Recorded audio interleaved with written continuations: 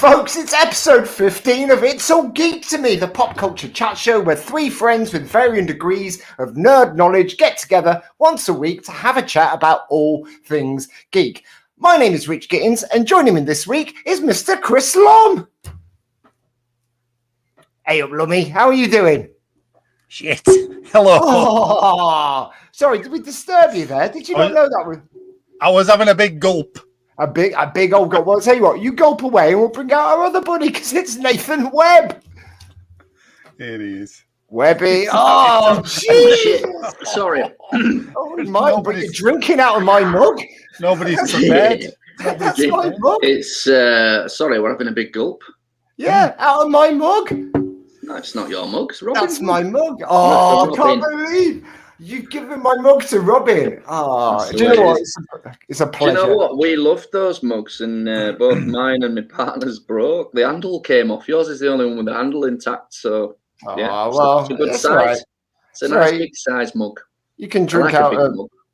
Yeah. Well, you're up. Well, I tell you what. Why don't you both talk over each other? That's great viewing. Well, I tell you what. Let's make it even more complicated and bring out our Lego master, Rob Girdler. Come on up, Rob. Here he is. Somebody's having a big gulp. Why is everybody so thirsty? Maybe we should change the name of the show. I think it's after my story last week. That's why everyone's thirsty. No one wants to be dehydrated and have to have anything stuck down the wee hole. Nobody wants to listen to we your should story. maybe change the name of the show to It's All Gulp to Me. Oh, I see what you did. Hey up, Big T. How you doing, fella? You all right? Nice to see you again. So last week we had Rob here to build his Lego Aston Martin, and we kind of got about halfway-ish through the build, but we lost a piece, and that was a bit of a cliffhanger. Rob, have you found your piece? Have you found your bits? No, I'm still missing, unfortunately. Oh man, what about your inner piece? Have you found your inner piece? Well, I found my inner piece many years ago. Oh, there you are. That's lovely. That piece with himself. We'll be catching up with Rob during the show, and he'll be chipping in with comments, I'm sure. But we should probably let Rob crack on with his Lego build. Have you had a good week this week, Rob? Are you doing that? Yeah, not too bad. Busy, working hard and all that. Taking it easy where I can, and trying to find a missing Lego piece. Yeah, well, last weekend, the Uber bag out. Last Sunday, clearing up the lounge, trying to see if I could find it, but no. Come to the conclusion it was just never there in the first place. So not to worry. No! All right. Well, Lego, if you're watching. If you're watching, please send me some sets. Yeah. And also, what is the missing piece that you've got? Not got. It's just a tiny little bit that goes on the underneath. You can't even see it anyway when the car's built, unless you're actually looking for it. There we go. Right. It's not structural. It's not. It all falls apart when you put it together now, man. Right at the end, you've got to show us it, and it just crumbles. Well, at least it'll give you a good ending to the show. Lynchpin. Well, we better let you crack on with that build, Rob. Go. Yep. Good luck, Lego Master. Yeah, look at this.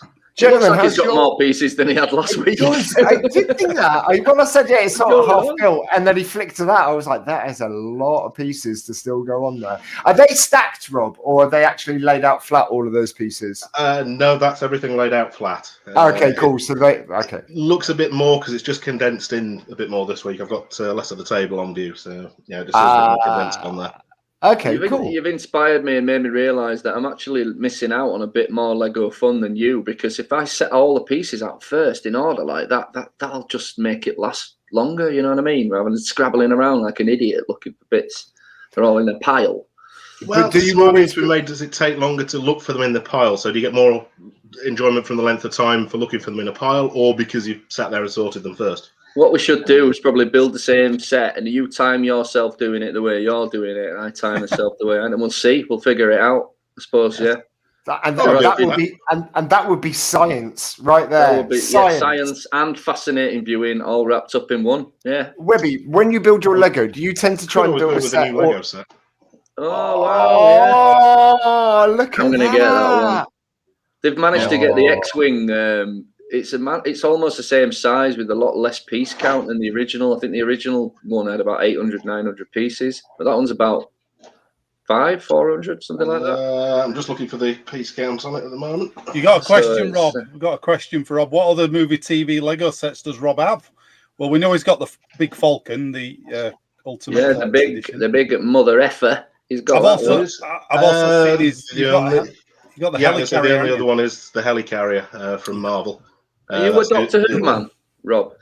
Some of the older Doctor Who. I haven't. The last one I watched was the first season of Chris Eccleston. I've not seen anything since then. I like some of the older stuff, Tom Baker and people like that. I know that. they did a couple of like Lego Doctor Who things, but not very many. I think one was a Lego Dimensions set that went with the game on the PlayStation, and they did some other limited edition Doctor Who set. I thought they did them. I thought they had a license with that.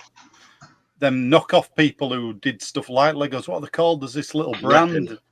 No. There's this like other little Mega Blocks. Somewhat like that. Yeah. Well, I think they did a load of Doctor Who stuff, and Lego didn't really do. Like you say, the Dimensions game, they were set there, weren't they? But they did. I think one set. But anyway, just wondered if you had. So yeah. Hey, Martin. How you doing, mate? Nice to see you. Yeah. Geek World, I like the sound of that. Evening in Geek World. Yeah, absolutely. Damn it. So, did you have any side effects after your jab the other week, Chris? No. You're good. I had a bit of bit of an ache. But you get to that age when you're always having an ache. See, isn't that the thing? Your knob fell off. You told me. Is that not a massive side effect? Well, I didn't think it would cost of the. I didn't think it would cost of the thing. I mean, it's certainly an inconvenience, I would imagine. But depends what you're using it for. Well, I guess so. No side effect. Bit of an head. Bit of an head.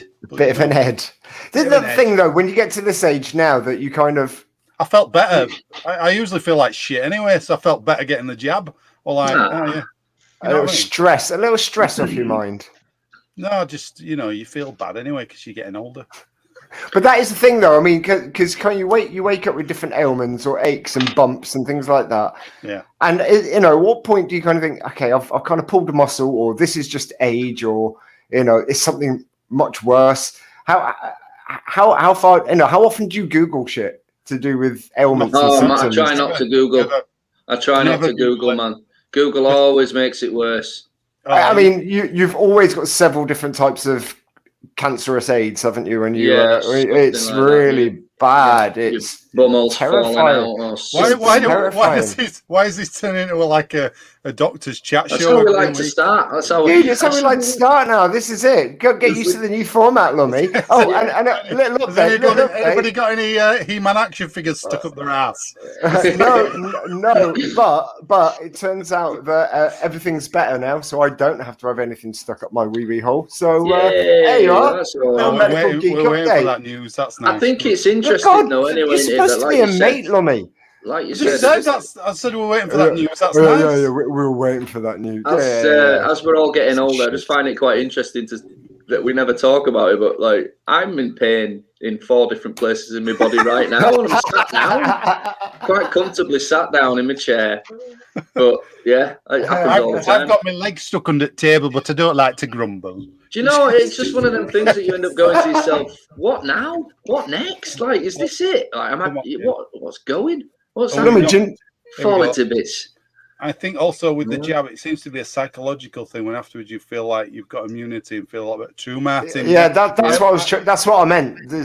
For me, it was like the end. Do you know End of Mary Poppins, where they're all like flying a kite in park? It was like that.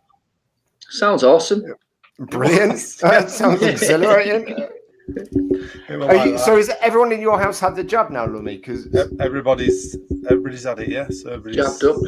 Is somebody playing steel pans? There's somebody's wood chimes going off. What? Somebody's. What are you talking about? What the hell is that? Can you not hear that, Lummy? No. Must be you then. It must be Lummy then. It sounds like somebody playing some sort of jungle bongos in the background. Yeah, exactly. It's like, I honestly can't hear it.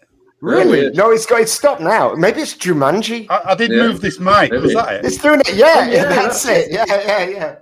What the hell is going on with your mics? It does sound like moving. I'll just move the mic stand there. That's it. Has the show started? Is this the show? This is the show. Yeah, this is the show. I mean, this is the bit before where you're meant to figure this shit out. There you go. You got an all clear for your wee. Thanks, Big T. Yeah. Thank you very, very much. I've got lots of juice, lots of fluids. Chris flying a kite in the park. Yeah. Could you imagine Lummy flying a kite in a park? That'd be such a joyous thing. It does. I could do it. I wonder big if smiley face. As long as it's social distancing, of course, from the kite. Yeah, and the park. And yeah, you're not allowed in the. You got to fly your kite in the park, but you're not allowed in it. So it's bad when you're getting the jab. They've got a social distance, so that's why the needle's that big, isn't it? Yeah, that's true. True story. That. I told her that sounds horrible. I said, don't put it in my mouse arm. I did say that to her. Your mouse arm? Oh, your computer arm, yeah. That was his. That I mean, it's only because he didn't want to say wanking arm. It's just. Well, you're in the doctors. You got to show a bit of respect. Of course you do. I'm the only person in my house who hasn't had it. It is Jumanji. Yeah, it does sound like Jumanji. But that's good, man. Like everybody else is less chance of passing it on to you. Yeah, apparently there's 30%. I've got 30% less chance of getting the virus now because the people in my house have been vaccinated. So get vaccinated, kids out there. If you're listening, don't. All the cool I do know a few people who get the medical advice off Facebook though, and it's never a good idea. Oh God, those absolutely. It's like occasionally I do see a nugget of truth on there. I saw some guy earlier put a comment up saying there's loads of nuggets on there. If you're worried about getting if you're worried about getting a blood clot or something from AstraZeneca, like the 14 however many million people have done, for God's sake, don't read the instructions on the paracetamol. It's got all the side effects from just that's taking what they said on the conference, innit? Read the back of the JVT. I love John Van Tam. It's brilliant. It's always got a football analogy to explain what's going on with the. I honestly wondered where we were going with that one. Yes, it was really dubious. All the other ones have been pretty good, but that was so dubious. It's like when you've got a goalkeeper and he's in the goal and he's about to catch the ball, but you've got your defenders coming in. You're like, whoa, what are you doing? You've got to track back. You've got to track back because the defenders are old people, right? He's not. You've lost me on this one, JVT. Oh, a bit carried away there. It's like one of my introductions to the show. You just completely lost your train of thought there, buddy. He is my favourite, though. JVT is my favourite out of all of the professionals that are doing. I don't know if you've got a favourite. I like JVT. Yeah, I'm sick of Boris now. It's like he's doing it for a bet when he comes out. Now I've got this thing. I won't call him that. Is the Prime Minister or is Boris Johnson? Oh, I just think Boris makes him too lovable and accountable for his fucking actions. Oh, right, yeah. Do you know what I mean? And so it's always Boris. Hey, Boris, it's not your mate, not you, Lummy. I mean, to go do stuff. That's why he comes out, doesn't he? And it's as if somebody in the back's gone, I dare you to go out and tell him this, and he goes, oh, yeah. He goes, we're straight into political territory, but it is worth mentioning that people keep saying Boris is handling this well. He's doing the best he can. That's what you say. That's what I say to Robin when he's trying to eat a fucking chocolate mousse. Exactly. You know what I mean? Well, he's doing his best. I know he's got it all in his hair and it's up his nose, but he did his best. But that's like end of school about awards. The Prime Minister of the country. That's what you say to the kid who hasn't won an end of school award. That's the award that they get. For trying their best. Oh, no, absolutely. Anything else that's been going on Anything else that's been going on with you gents this week? Anyone seen the Justice League 4-hour? Yeah, I saw that. Bonanza. I saw the episode 1 of The Falcon and the Winter Soldier. Nice. Obviously, we're not going to spoil it for anyone. I will say about Justice League, not a spoiler, but I enjoyed it way more than I thought I was going to. I really did.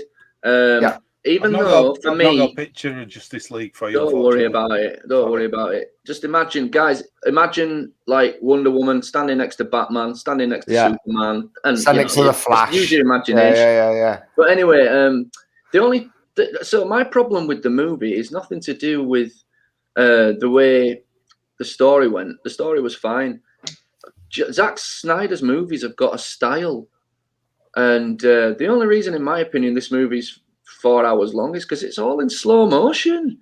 It's just constant slow motion. Yeah, you're right. And it all looks like it's been filmed with several filters applied over the top of it. And I know it's a stylistic thing. I think that's his idea of making you aware that it's a comic book movie in the comic book world. And that's just the way he wants it to look. And it's the same as it was in 300 and Watchmen and Sin City. They've all got that sheen over them. There's something computery about them. But yeah, as for the movie, Hulk. Told me, watched Hulk for the first time last night. Which Hulk? Eric Bana one. Wow. Gosh, sorry, I didn't want to cut you off. I actually clicked on that by accident. That's all right, don't worry about it. I always liked that film. The problem that film had for me was at the end, there's an end fight sequence in there where he's fighting the big baddie in it, and it's completely pitch black. I think they changed it for the lightened it up when it came out on thingy later on DVD and that. But you're right. When I saw it in the cinema, you couldn't see what was going on. Absolutely pitch black. Yeah. It was like that episode of Game of Thrones. It was just black. Yeah, that was. Yeah. Did you see it at the cinema? Me? Yeah. I think so. Years ago. It was pitch black. You're right. At the end, you were like, "What's going on? I can't tell." Yeah, I quite liked it. Yeah, I liked it too, Terry. I second that. It was all right. And I tell you what, the ones with Edward Norton in as well are all right. Is there two of them or one? One. Yeah, one where Edward Norton takes over the role just for one film, and he was pretty good as well. And before the Ruffalo days, Spaceballs. Enjoyed it. God, blimey. Yeah, I started watching that a couple of weeks ago, and I just couldn't get through it. No, I couldn't. I'd never seen it, and I still like it. And I watched it a couple of months ago, and it was a struggle. It was a nah. Oh, it was a struggle. That's why. If you enjoyed it back in the day, I think there's a lot to be said for it. I've seen it back in the day. Rick Moranis is great in it. I really struggled with it. Yeah, Rick Moranis is great in it. John Candy's great. John Candy's good in it. Yeah, and Bill Pullman's great in it. But yeah, it was just a little bit too. I don't know, man. I mean, for a Jewish guy, for Mel Brooks who wrote it, it's incredibly anti-Semitic, like all the way through. It's a very strange choice for a Jewish guy to make a movie that feels like that. But anyway, Mel Brooks has always made a lot of. Have you seen any of his other stuff? Yeah, I mean, I guess he's entitled to take the piss because he takes the piss out of everybody, and so far got away with it. But yeah, I'm not sure you could release a movie like that nowadays without it, without people bitching and moaning about it. Although you could release it, but you wouldn't end of it. That's the difference. Yeah, I suppose. Although you say that, but then Borat came out last year, didn't it? Borat 2, and that was the most controversial comedy I've seen for quite some time, and I thought that might ruffle a few feathers. But that was an interesting shift, though, because the first one, the Kazakhstani government and tourism, like with the whole country, they were up in arms about it. Because I think we talked about it on the show actually. Yeah, I met a Kazakhstani news team in Leicester Square who were furious about it and about the portrayal of their people. But in the second one, they've really embraced it. They've just sort of gone, sod it. It's going to be great for tourism. We did talk about it because I remember us saying that. I might have said it actually. That for me, the only problem I had with that movie is that he could have just made up a country that sounded a bit like Kazakhstan, and it would have offended nobody. So I'm not sure what the intention was there to. He must have known what he's doing. He's a clever guy. But hey, we're going to talk about Borat 2 in a little while when it comes to the news. So yeah, we'll come back to that. We'll let you know what we're talking about. But, actually, there was some because we were talking about Justice League a moment ago. There was some news about Zack Snyder, wasn't there? He was on a. So you saw there was something about him being on a YouTube channel, on a gaming channel. Yeah, it's a bit long-winded to go into. If you want to have a look at it, there's a whole everybody on YouTube basically who's got a gaming channel or a geek channel. Zack Snyder went on a charity fundraising thing. You'd have to have a look at it. I don't know all the details, but he basically they're saying he called them out on it, and I don't know if he did or not. Really. He said he didn't support the charity or something. Well, he said he didn't support it was a thing called Geeks and Gamers, so there's a lot of people been talking about that. So how did they try and get him involved in the first place? Was he Was he a guest on the show or something? Or? He was a guest on there. They're like, like we have this. He came on basically, and there were a lot of them sat there. Jumanji, stop me playing with your microphone. Yeah, are you tapping your foot or something? No, it's his mic. I know, but I wonder if he's doing that because he's jiggling his leg or something. Well, check out the Geeks and Gamers thing. It's all on there if you want to have a look at it. He basically came on and he said, "I'm not affiliated with your thing," and they were raising money for a charity that was pretty close to his heart. So, right. But I don't know if he did it because of the studio made him do it, because they do all the time. They say you can go do it, but make sure you don't say you support them. So I don't know, but it's like anything. There's something every week. I feel like he should be able to support whatever the fuck he wants. Well, yeah. This is the trouble. This is what happened with the Star Wars thing with Gina Carano, isn't it? You can't say what you want when you're working for a company like that, 'cause they'll get rid of you.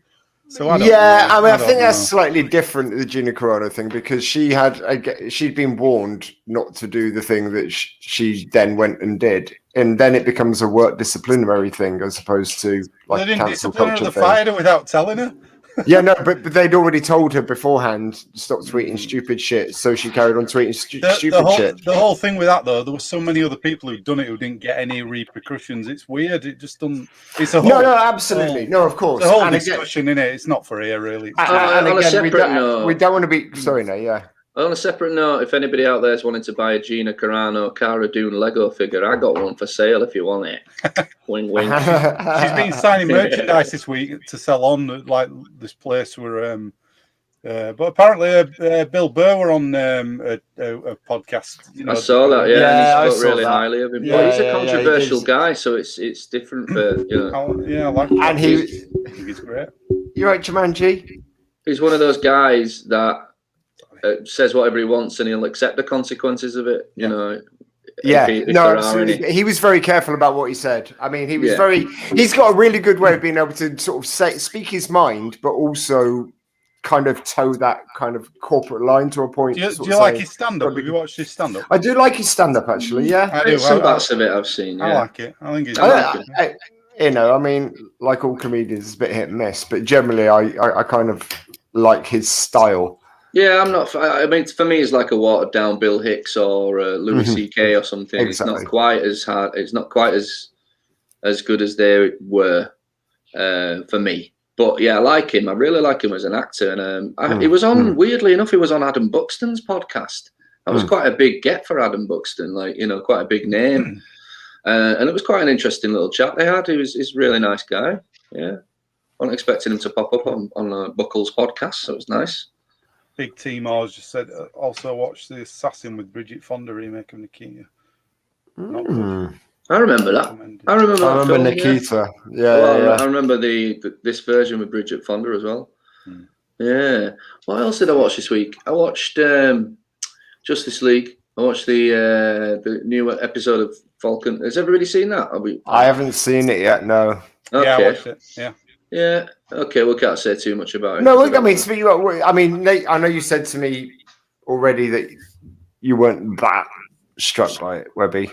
Well, if you're looking for WandaVision, it certainly doesn't feel like it's going to be that. It's a lot more straightforward, a lot more action based, a lot more. I think they've got a lot of story to develop. But for me, it was all right. I watched it, and I kind of went like a bit of a blur. It was very actiony. There were lots of action sequences in it. Is it just one episode, or did they release two like they did with WandaVision? Just one. Yeah, we're good. I enjoyed it. Yeah. Does it have 7 minutes of end credits? Yes. Just does still. Yeah, it does. Yeah. Dude, loads of people work on this stuff. Stop bashing the credits. Yeah, there's a reason they have to put I know. But if you are then going to put and like scenes after the credits, it's just a fucking ball ache, particularly if you're watching it on Disney Plus via a PlayStation, because their player on there is awful. But the other thing that don't help is the like 5 minutes of credits for all the people that did the language dubbing. So you get the credits and that finishes, and then you've got. But you don't have to watch all that. I don't know why I do. You just I was watching to see if there was an end credit sequence. You just PlayStation. There's a free game this week. Did you know this, you two? Because you've got PlayStations, don't you? Ratchet and Clank's free. Oh right, yeah, they're doing some offers, aren't they? Yeah. Yeah, it's. I thought it was a PlayStation 5 thing, but I think it's different. If you've got a PlayStation 5, there are a lot more free games a month. They're giving away a lot more just to catch up because I haven't got any new games. It's doing all the stuff. It's this play at home thing, innit? Stay at home initiative they're doing. There's some more games coming out for it as well. Yeah, if only they'd have done it at the beginning of the pandemic, the beginning of lockdown. You know what I mean? Did you got Lego Ninjago? Oh, I didn't see that. Yeah. I didn't see that one. Snap that up. Yeah. Should we? Did anyone see the new series of Taskmaster this week? New series of that started? Not yet. We're on that. We're going to be watching. We've been watching Ranga Nation, which is back on. And my mum told me last week. I spoke to my mum. She said, "I'll be watching Ranga Nation. I really like it. I've watched the past 2 series as well. I've never seen it before, but I really like the way he's done it because he's done it." I spoke to your mum this week as well, and she said she was sick of speaking to you. I'm always on the phone to her. Well, just like, it's your son. She went, "So's Lummy. It's terrible." I can't believe it, man. I thought I'd tell you. That's all right. I understand. But no, she put us onto it, and we had like 5 of them to catch up on. And if you guys fancy a giggle, it really does make us laugh out loud. It really is cool. I fancy a giggle. Do you? Put it on then. Have a watch. There you are. You've just given him. You've just given him a giggle. There you are. I'm the laughter bringer.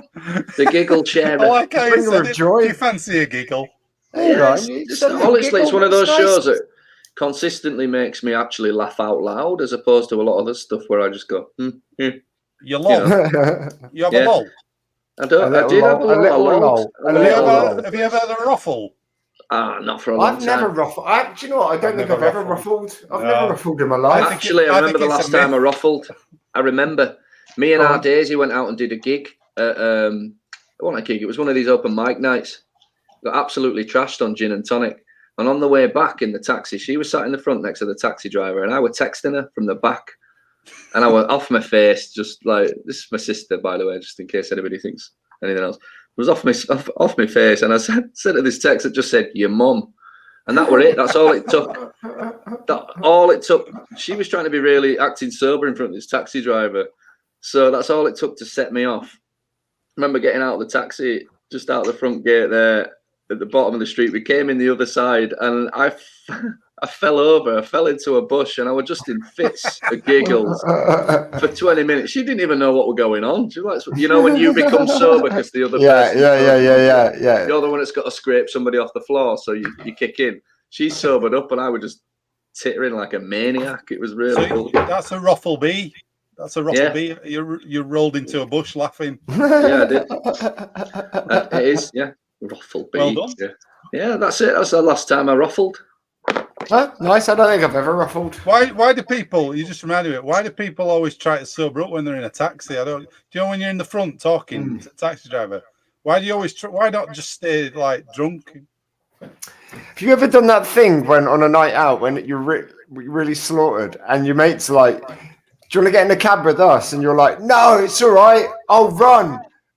And then you decide to run home drunk.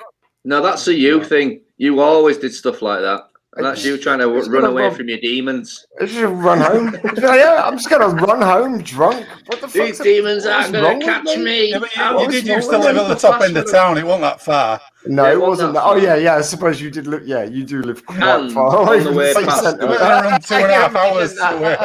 Even the walk from the bus stop to your house is far. So it's, fair enough. And on the way to your house, there were chance that the off license would be open so you could get some extra tinnies, and there's a pizzeria on the way back, so you're going to hit that, and then it was a messy nights, hazy days. So what's been going on in the news this week, gents? Well, not a lot. It's been a quiet week. We've got a couple of things to tell you all about.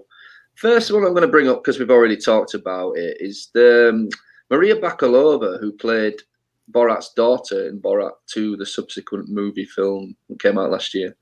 This might be a surprise to some of you. I think it's been a slow year for films. But she's been nominated for an Oscar for her performance in that movie. It doesn't surprise me. She was brilliant in it. She was brilliant in it, but films like that generally don't get a look in, do they? When there's your other. I think the story though of her just being plucked from obscurity though as well is quite. But she was just what she was one. So that she found out about this on the set of a new project she's doing with Judd Apatow. It's his new pandemic comedy, which is filming in London at the minute.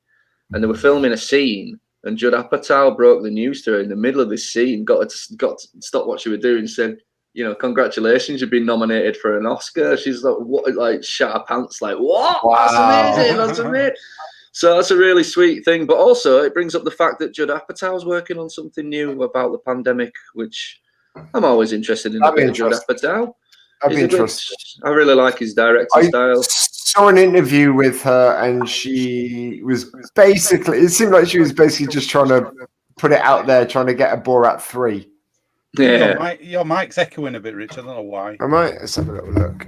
Yeah, I have to tell you now. I thought. Yeah, I'd tell you. There's a Borat 3.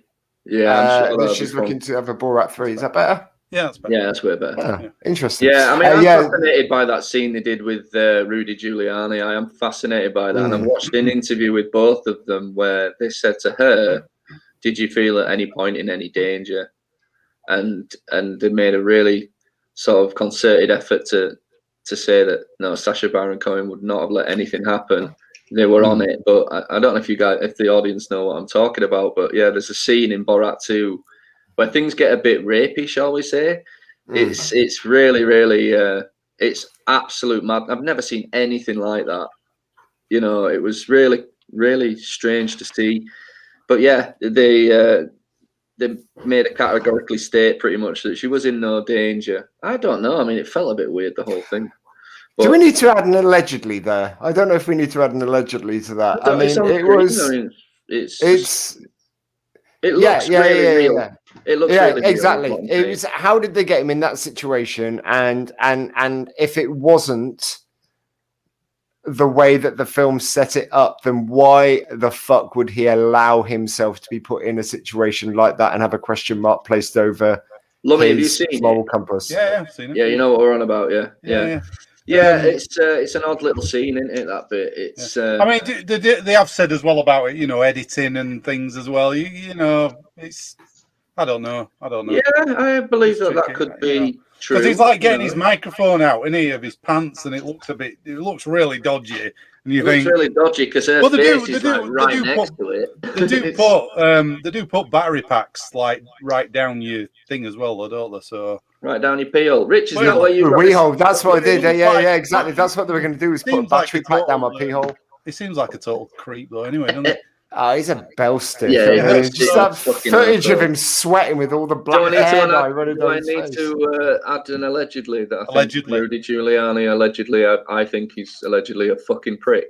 Yeah, allegedly. No, because that's your opinion. Okay. Okay. Do you want some more news, bitches? Yeah, let's go for some more bitching news. Sorry. Well, we got a little bit of news. Any fans out there of? Wouldn't they have security to get him out of that sort of situation? He did have, didn't he? But because he went into a room with the lady, I think there's a situation there in security. You stand back and let me bone this lady. I think that is exactly the. You know what I mean? What was implied. Yeah, the only thing that looked like it stopped it happening is Borat rushing in and making a big joke out of everything. We've got more stuff about the taxi. Delayed comments. That's a good point. Yeah, it's true. You're right, big team. I mean, with me, I'm often super friendly. Yeah, I don't want to be that drunk prick. You're too friendly, Webb, though. I've told you before. You get yourself in some right situations. Look, if they want a hand job, I'm going to give them a hand job. It's only fair. They've had a long night. Exactly. You never get a discount ever. I always say, make sure you get a discount. They never give me a discount. I'm like, what? You must be pretty rubbish then. I mean, wash my hands. You do give a pretty terrible hand job, to be fair. Yeah, I know, guys. I'm sorry. I'm working on it. In fact, Google I'm not working it. I'm not. No, I'm not. No, don't Google it. No, if you feel like I'm just going to stop giving you all hand jobs. Some more stuff. Big team up. So selfish. Oh, I'm reading this. Hang on, what's going on? Oh, cool. Okay, that sounds pretty cool. That does sound cool. Oh, hang on a minute. I might have read this. Big Team More, is this the one that's supposed to maybe have Jax in it? Not him, but the actor. What's he called? He's English, isn't he? Charlie Hunnam. Yeah. I like Sons of Anarchy. It was good. I think I read something about him might be in it. He might be in it. Right. We've got Terry's asked what's new behind me, but I don't know. Is she drunk again? Don't you live together? Yeah. Oh, she's away working. Is it a Mickey Mouse thing? I didn't see yeah, that. I found that in the loft, the Disney MGM. It's from 1989. That I believe. Your loft sounds like a fucking. It sounds like amazing junk shop or something. Yeah, I don't understand why you've got all this amazing shit in your loft. No, it's only it's a number plate thing. It's a plate. Right, 1 week when all this is over and I come up to Leeds, we should do an episode where we're all together and we go through Lummy's loft. We'd find a map for One-Eyed Willie's treasure and shit like that. It'd be amazing. Oh, we are going to do some footage from when we go to see Peter Rabbit 2, man. we've got to film about how excited we should do a geek show out into Peter Rabbit 2. We definitely should. We're gonna do a full review. Although you guys are going to watch the first one before we go see the sequel. No, it's not going to I'm make going in cold. No. I'm going in cold. I'm going to see if it's. I already know that the garden was just the beginning. I mean, I just want to know what's next exactly. Yeah, they told me the garden was the beginning, so I know what happened. Yeah. No, you know. Simple as that. I do. The garden was the beginning. I want to see if it stands on its own 2 feet with having not seen the first one. You know what I mean? That's that. The first one has got that really horrendous bare knuckle boxing scene in it, though, where Peter Rabbit and Benjamin Bunny just go at it with no gloves. And just Peter knocks his tooth out. Benjamin Button. Yeah. Benjamin Bunny has a sock that's just filled with rocks at the bottom, and he just swings it. Takes it. When's it out? November, apparently. Peter Rabbit 2. Shit. We don't know. It's unconfirmed. We can't promise it. They might move it forward. Who knows? They might move it forward. Chris Loft is like the cave in a land. You won't find me rubbing out up there. Hey. Let's just let that one sit. Anyway, Rob, how you doing with your Lego down there, Rob? How's it going? Oh, getting there slowly. What are we working on at the minute? I say we. At the moment. So the engine. So the bonnet opens, and actually there is an engine in there. It's just not like a casing, and that's it. Well, as much as Lego. So your engine blocks here, piping, etc. Valves and bits and pieces, exhausts, just visible down. Exhaust manifolds down the side. Has it got an ejector seat? I'd be spoiling it if I told you that. Wait. Anyway, you guys want some more news? Yeah, I just thought we'd check in on Rob since he's come all this way. No, that's great. I just thought I don't know how much more he could say about it. I thought I'd try and bridge the gap. Rescue him. All right, so, what else we got in the news this week? We got it's connected to our little world because of a couple of names. Rian Johnson, the guy who directed the Star Wars movie that I think at least 50% of us pretty much hate. Which one did he direct, Lummy? Rian Johnson? Was that Last Jedi? Yeah, okay. Controversial one. I like that one, but I like that one. So it's at least 25% of us. Yeah. He's creating a TV show with the lady that made Russian Doll, Natasha Lyonne. There you go. Yeah, there you go. There they are. The two. I don't know what it's called Poker Face. And it's not based on the Lady Gaga song, allegedly.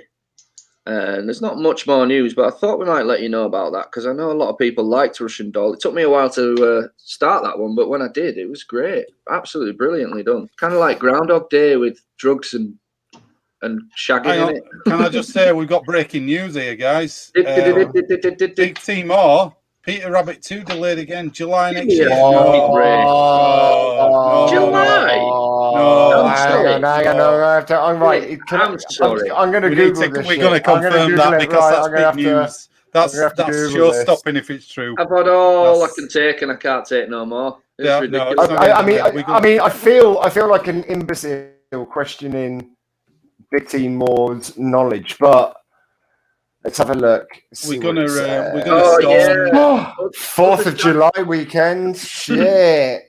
Oh my God! Shit! What? I mean, is anybody even us die-hard Peter Rabbit fans? Is anybody going to give a shit about Peter Rabbit 2 by that point? Do you know what I mean? If that's all you've got for us after lockdown, after COVID finally ends, it's bloody Peter Rabbit 2. We need a bit more than that, don't we? July next year. That's insane. That's just Venom's been delayed as well. Venom 2, yeah, Venom 2's been delayed. Please tell me Ghostbusters haven't been delayed again. I can tell you now, actually. I can tell you now. I found a list of. So, the new release date of Doctor Strange is November the 5th. Oh, crikey! Did you know there's a Dungeons and Dragons film coming out?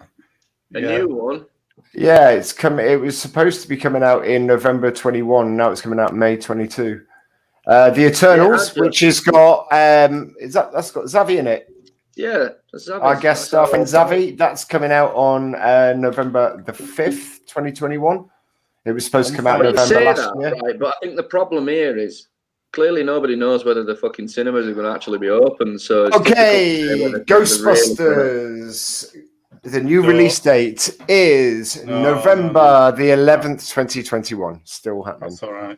But no, that is very true. The thing is, Nath, the difference is that at the moment, the UK and the US are both doing really well with their vaccine nationalism and with their vaccine rollout.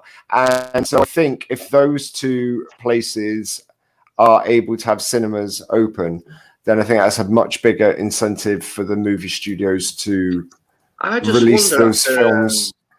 After over a year of being shut, bearing in mind I used to work in a couple of cinemas just like you guys, and I know what popcorn smells like when it's not after a year, can you imagine how bad these fucking places are going to smell? Yeah. It's like rotten popcorn and feet. I hope so. We've got a few comments here. You know that the pick and mix will be the same. It will be the same pick and mix, though. Thank you, I liked man. also. I liked it. Who didn't then? Have we got anybody? Lummy. It's Lummy. That didn't. Rob, that's looking fabulous. It is, mate. Oh, thank you, Terry. She was in. Yeah, she was. She was in that, and she was in American Pie. Natasha Lyonne, if you remember. Peter Rabbit is delayed. It gives me over a year to watch the first one. Knock it till you tried it. I want all you audience to watch Peter Rabbit and tell these guys what you think. Just be honest, because I had to watch it with my kid. I swear to God, it was nowhere near but it was more Paddington than it was a wet fart. You know what I mean? Feels like we're just down the rabbit hole every week now. I'm down the rabbit peel. Anyway, one more last bit of news, and it's unfortunate news. We got an obituary. The fabulous actor Yaphet Kotto died this week. Age 81. Right. Yeah. The man we've already talked about in this show when I did my favourite James Bond film. He was in Live and Let Die. He's also in Alien, the first Alien with Sigourney Weaver. And it was a great actor, and it wasn't in much really, but the stuff he's been in that I've seen him in was good. He was a good actor. So that's another sad. People just keep dying, man.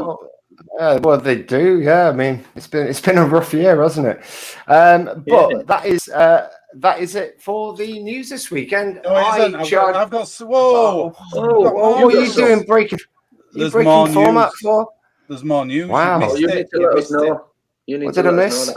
You missed two bits of news. The first one, I'll tell you, is actually it's a double-parter. Nobody gives a shit about Indiana fucking Jones. Stick him up your ass. Indiana Jones 4K Ultra edition's coming out with extra stuff on the disc. Do you have to have the 4K? Look at this. Look at the artwork at the bottom. It's terrible. Look at some of that artwork on there. The Marion Ravenwood. I was looking at it earlier. It looks awful. Yeah, but that might not be the official box. Do you have to have the fourth movie? I'd pay extra if you could just miss the Kingdom of the Skull. That's the official artwork. It looks bad. But they've started to film Indiana Jones 5 as well in London, Pinewood. Brilliant. Yeah, man. Well, it wouldn't be a week without some indie news, would it? And there's a big. If there's any soundtrack fans watching, this is massive news for soundtrack collectors. It won't mean note to you two. How big? Ghostbusters 2. I only just found this out yesterday, but actually this news came out in October. They're releasing the score music for Ghostbusters 2. It's never been official before. Loads of people have it on a bootleg with sound effects on the score. So that's massive news, because it's never been available before. So there you go. I thought I was Googling this and found it. I'm very happy for you, Chris. Me too. I'm glad you've found some news about your two favourite things again.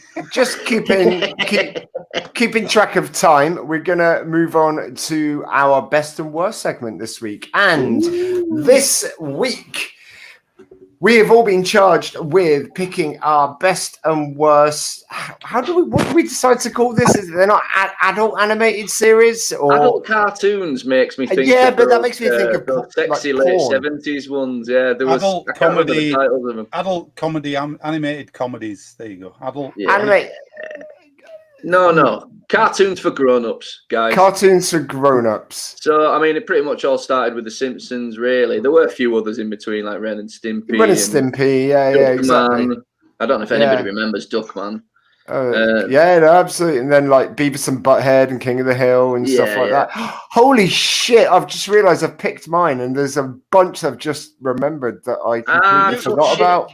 Oh, well. Every week. It's fine. Oh, well. You want to go first, Gittins? You never go first. You go first if you want. All right, okay. Well, I'm a little bit gutted because I'm thinking South Park is absolutely awesome. And Beavis and Butthead was brilliant when I was a kid. I loved watching that. But what I've gone for is my best is Family Guy seasons 1 to 7. When it was really good. It was brilliant. The first episode I saw was late one Sunday night, and it was I can't remember if I had American Dad on after it, but I remember going to work the next day being absolutely shocked at this cartoon and the content that it had within it. I mean, I think it had, what's the fish called? It's called Klaus. Wonder.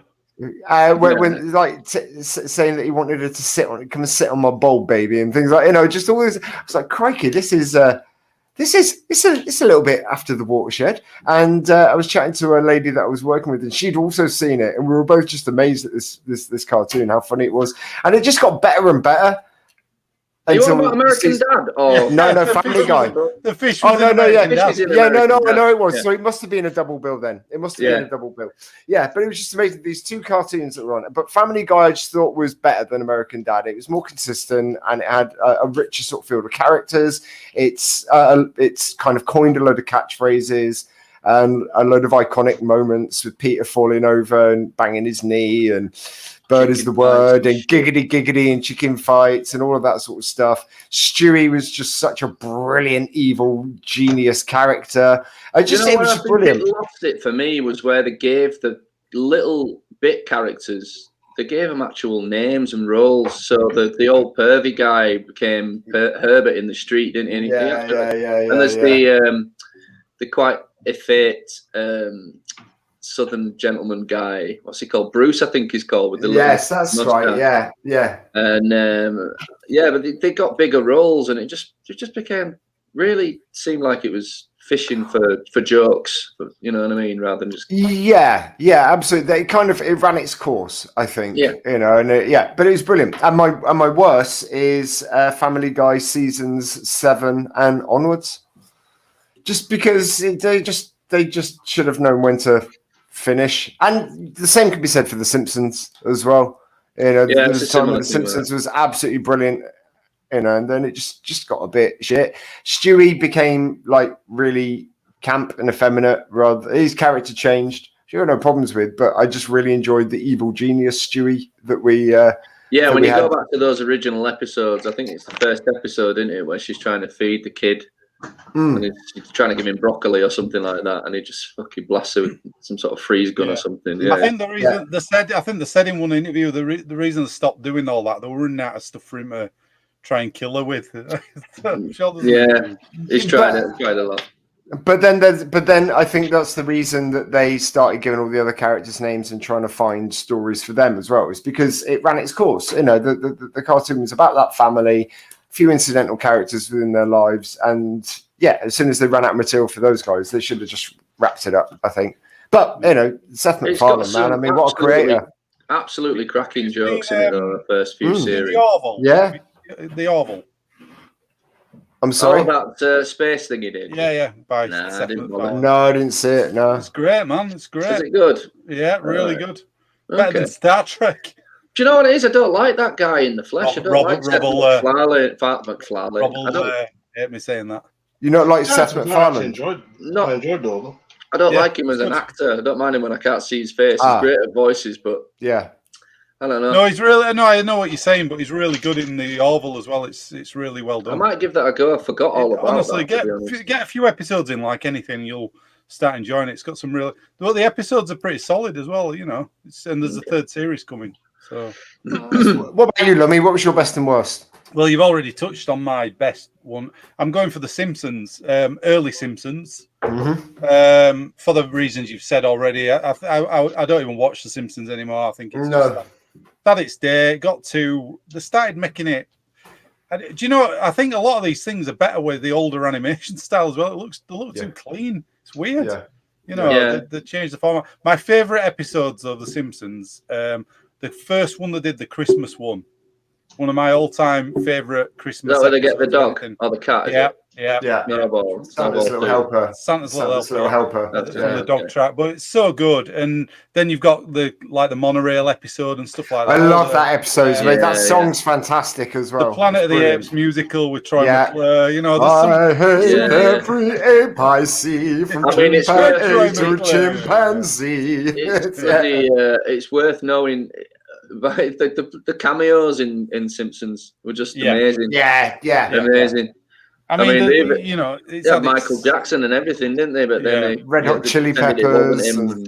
It was Michael Jackson on it that said, didn't they? I have watched a few of the later ones because I tuned into ones that had like Ricky Gervais or Flight of the Conchords or somebody that I found interesting, just to see if it was still funny. And it isn't, even with those people in it. It's still not particularly great. It's a case of it's kind of done, in it. I think it's one of those shows as well where the cameo, it's not always your favourite person that actually makes a good cameo. For example, I love the Beatles, but I'm not a massive Paul McCartney fan. But the Paul McCartney episode is fucking great. The Ringo Starr episode's great, where she's got all the portraits of Ringo Starr in her. Marge has been painting him for years. Yeah. That is brilliant. The paintings of Ringo Starr in her attic. That is good. Yeah, Mel Gibson one's great as well. There's some really good episodes. You know, the best ones outweigh the bad, I guess. But of course. I don't know, man. I think at one point they did, but now they're up to like season 31 or 32. I don't think that's true anymore. I think it's like it's gone way past that. But yeah, I mean, they still must be making money, and a lot of people still watch it. So. Look at that! Sorry, I just noticed Rob's really. On the table. Well, we are an hour into the show nearly. Don't hurt your fingers, buddy. If you need a finger break, slow down. Doing all right at the moment. Okay. About halfway through what was left. Like it, we have a finger bowl. Yeah. It's got it's cooling down with some ice in it. Steam coming up. What's your worst animated series, Lummy? Right, worst one. I don't know if you guys will have ever seen this. I only happened across it because it was on something, and it was garbage. It's called Drawn Together. Oh, I remember that one. I don't ever see this. Right, so I got that picture because of the logo on it, but then that's the cast, basically. It's all these kind of old, cartoon characters drawn from different places. So you got like a Betty Boop type one there. You got SpongeBob. It's kind of Ren and Stimpy meets SpongeBob, isn't it? Yeah. But Disney Princess, heavily influenced. And I thought I'll give this a go because it's supposed to be a virtual reality show. They're all living in a house together, but it was just absolute crap. It's crass. It's crass, Lummy. The jokes in it are just the lowest common denominator. All the time. I just think it's one of the worst things I've ever seen. Wowzers! I remember it. I remember when it was due to come out, I saw the advert and I thought, that looks good, and then it won. Put it on a bit, It seemed really off pitched as well. It was something about it like this just don't work. You've almost made me want to watch it, just to see how bad it is. No, seriously, I kind of want to watch it. You'd love it. I'm sure I would. Yeah. We just mentioned. I can't remember the guy's name, but there's a documentary that came out last year that I had to hunt down about the guy that made Ren and Stimpy. All right. And how he became this fucking arsehole that just like drove everybody that worked with him. They all wanted to get away from him. He was a really toxic person. It's quite an interesting documentary. I think it's called Happy, Happy, Joy, Joy. But there's a lot of interesting stuff about the animation style and why it's deliberately like that and deliberately scratchy and rough. It's quite a good little documentary. But I think I agree with that one. What was your best animated series? My favourite my best is, it took me another week to figure this out because I went for all the obvious ones. I was going to mention Family Guy or Simpsons, but for me, Futurama is way better. The first 3 seasons of that in particular, there's not a bad episode. The jokes are on point. The sci-fi references are really, really fucking brilliant. You got all the cameos with the heads in the jars from people in the past. There's some great episodes. Yeah, man. that is. There's a great episode where Bender gets sent to robot hell and he meets the robot devil, and it's just brilliant, man. And you got characters like the gangsters in it. I can't remember all the names, but there's this one guy who used to make me and my cousin Al just laugh our heads off, and he's called Clamps. And he's like, you want me to put the clamps on him, boss? He's just obsessed with clamping people all the time. It's just. I remember when it came out, Bender actually was quite like an out there kind of naughty character. You know, at that time it was before you had things like Family Guy where they raised the bar or lowered the bar. Yeah. It's got a little bit more risque humour to it than The Simpsons did. It's like a step up, but it's not quite as crass as Family Guy. But yeah, I really love it. In fact, I'm going to rewatch it because it's all just popped up on Disney Plus recently. Have you seen the later ones of that? They're not all terrible. Some of them are really good, but they messed up. These like TV movies. It got cancelled, didn't it? They did TV movies. I tried watching a couple of them, and I didn't know if there was. But then, like Red Dwarf, they brought it back. And I think they did another series or 2, and the series is really good. I might have made that up, you know. But I remember, The Beast with a Billion Backs was one of the. We've got some people we can say different films. We've got some people saying their best and worst. We'll have a look at that in a minute. Yeah, okay, let's get to Nathan's worst. Quickly run through it. I mean, again, it's good. A bit of a non-entity for me. My worst one is the Cleveland show. Not every character deserves a spin-off, and this is a great example of. You know. Just because Cleveland had a few funny lines in it, it just didn't work for me. It only had a couple of seasons as well, didn't it? It cancelled fairly quickly. It wasn't my cup of tea, really. But yeah, that's me. That's my best and worstest. God, thank you very, very much. Rob, just quickly, do you have a best and worst animated series? I was a big fan of a lot of the stuff you said. So, Futurama was always a favourite. American Dad, another big favourite for me. Pinky and the Brain. There's an old one for you. Oh yeah. Oh, I loved Pinky and the Brain. Yeah, that's not bad. I haven't watched that in years. That was brilliant. Yeah. Worst ones. Yeah, I'm with you on the Cleveland show. To be honest, that was just one that just didn't work. Did not like the character spin off. It wasn't a big enough character to take and do its own show with. Yeah. All I seem to remember is that endless joke of Cleveland being in the bath and falling out. That might have even been Family Guy. That was in Family Guy. That was that joke hundreds of times. But I think that's what led into the Cleveland show, wasn't it? If I remember rightly, they took that joke so far that eventually he figured out that his house had fallen down and he moved, or something like that. Yeah, something like that. Yeah, a very tenuous link. Actually, thinking about Pinky and the Brain, also Animaniacs. It was a brilliant series. Not for adults, but very, very enjoyable for adults. But exactly, because it had things in it, the hello nurse and all that sort of stuff. Do you remember that? Was this on not the most wholesome content? You wear a disguise to look like normal guys, but you're not a man, you're a chicken, boo. Remember that? And that fucking chicken that was always trying to blend in with people. Yeah. Lummy, so what are our what's the community saying about their favourite cartoons? Seven Samurai, Japanese sci-fi version of Seven Samurai that went on for about 20 episodes. Well, South Park just didn't find it funny. Oh man, I liked South Park. Little pieces of South Park I really liked. I really liked the movie, the bigger, longer, uncut. I mean, it's got to be said for South Park, they never shy away from putting whatever they want out there. Which that's what I like about it. And they always tackle it really well. They've just done they did a I haven't seen it for years, but they did a pandemic special last year. That was brilliant. Apparently they've done a vaccine one as well, which I want to see. But yeah, the pandemic one was absolutely brilliant. It was really funny. I remember just not seeing it for a while, and all of a sudden I put it on, and I couldn't recognize it. There were so many different characters. It's hard to find where to watch it, I think. So yeah, I kind of you kind of want to start at the beginning. Comedy Central, 25 seasons of it now or something, isn't there? Yeah. There's a few on Amazon Prime, but there's sporadic. You know what I mean? There's like That is, yeah. Season You have like 3. Yeah, you'll have trick. 3 episodes from one season, and That's then such like a cunty trick by Amazon, though, isn't it? That you can watch season 1, but every other episode you want to watch is $2.99. It's just it really pisses me off.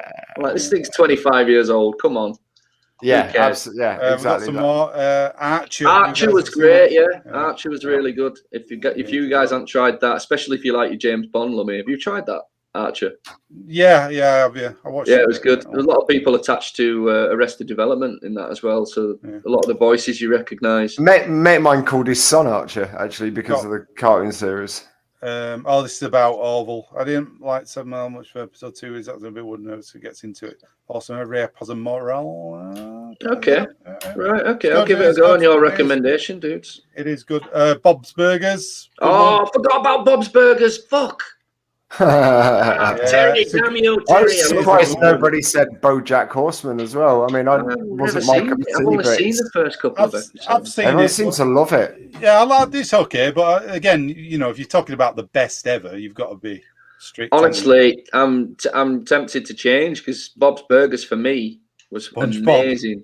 I didn't like SpongeBob until I saw SpongeBob the movie. Have you seen the one with David Hasselhoff in it?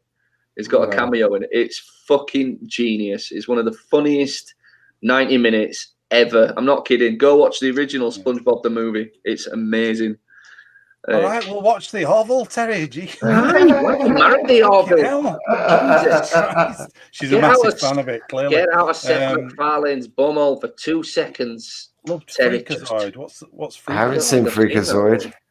But there's loads I haven't seen. My cousin watches loads. There's one about that like Finnish metal band. I can't remember what it's called. Something Apocalypse. Do you know that one, Rob? Metalocalypse. Metalocalypse. The name rings a vague bell. I haven't seen it, but you showed me a couple of episodes. It's really good, but I couldn't find it anywhere. But yeah, that's brilliant as well. Very funny. Original Fireman Sam was amazing, full of adult humour. Come on. Yeah, it was. Yeah. Well, I mean, you got to bring up Captain Pugwash then, haven't you? If you're going to be mentioning that sort of thing. Disenchantment, I tried that. I liked that. The first season was great. Second season, I kind of struggle with, and third season, I'm still watching at the minute. But the animation from that looks like the Futurama style. Dude, it's by the same guy. Yeah, I thought so. There you go. There's that Big Mouth and stuff like that on there. Big Mouth is great. Brilliant. Big Mouth is Rick brilliant. and Morty as well. Nobody's mentioned.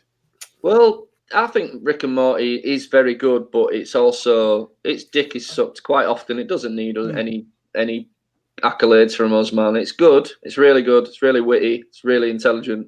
But also, I'm sick of fucking hearing about it. Big Mouth is brilliantly observed, though. I mean, so brutally observed about Jesus, about teenage life. Yeah, it's fucking brilliant, that show. Yeah. I love it. If you haven't seen Big Mouth, guys, Netflix, go watch. About 3 or 4 seasons now. There's a couple of musical episodes as well that are great.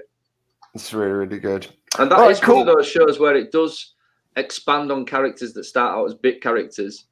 By season 3 or 4, they've actually got context in the show to have their own things to say. They do expand those characters, but it works. Unlike Family Guy, you know what I mean? Do you know what I mean? Like the young kid that's gay and he wants to be a presenter. It's a great show. I love Big Mouth. No, it's awesome. It's dirty. Really, it's very, very dirty, very smutty, and a bit gross sometimes. But I like all that shit. So great. Hey, what are you? Hey, how you doing, Mr. Ford? You all right? Don't forget to tell people that the 4K Indiana Jones box set's coming out.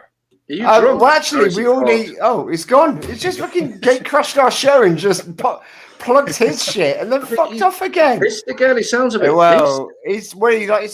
He's a fan of the old Mary J, isn't he? Yeah, Harrison Ford. I tell you what, though, it's Saturday night. We should cut in some slack. He's in lockdown. Yeah, I suppose so. And he was dressed smartly as well. He got dressed smartly for the show. You know, he had his earring in and everything. It's legal where he lives anyway, probably. Yeah, got a garden.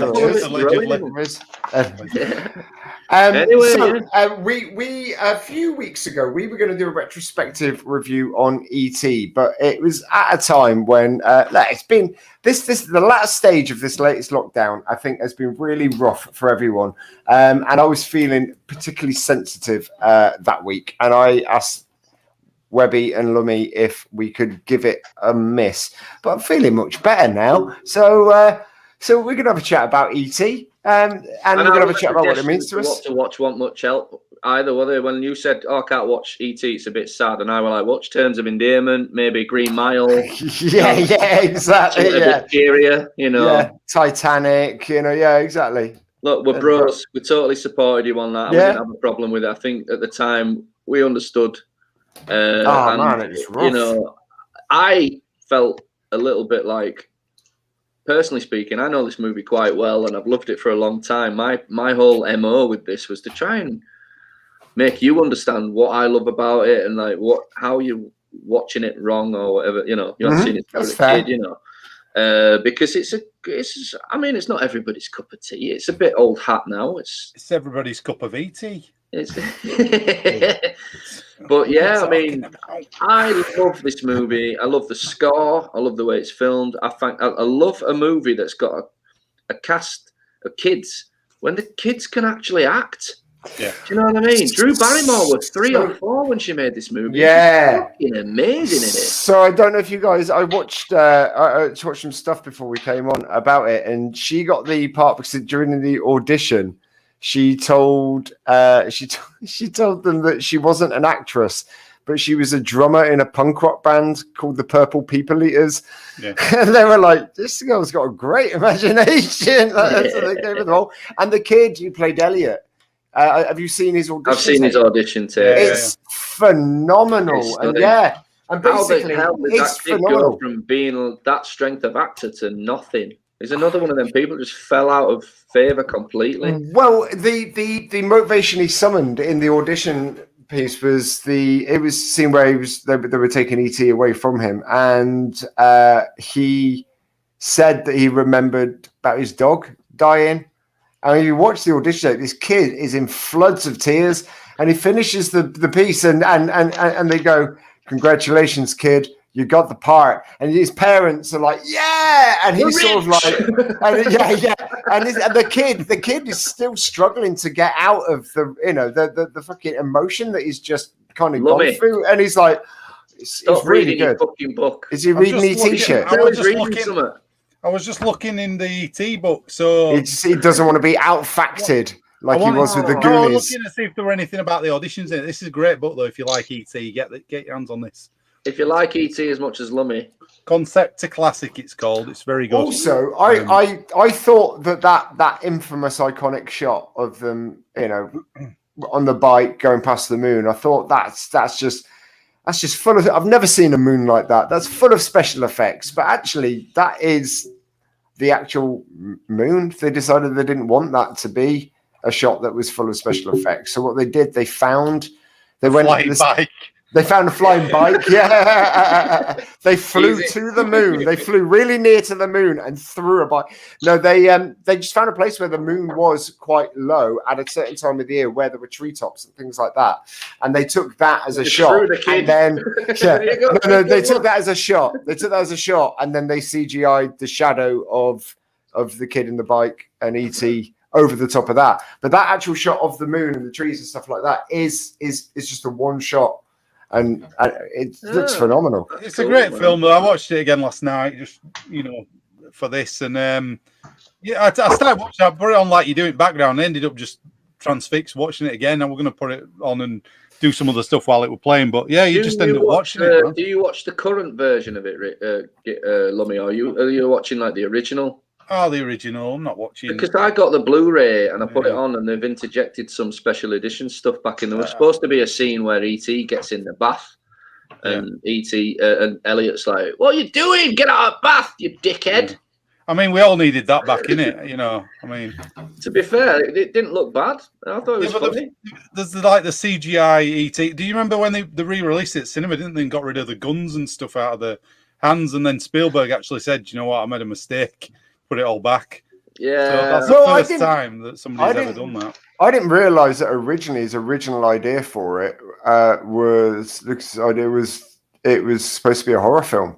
That it was based on an imaginary friend that he had, and he wanted it to be a horror film. And he told a writer friend of his about it, and she actually was like, no, this is a much better idea. It was his She wife. wrote, didn't it have been his wife? But isn't it Melissa Matheson who wrote it with him? Wasn't that his wife at the time? No, it was Harrison Ford's wife. Oh, okay. All right. Somebody's wife. Yeah.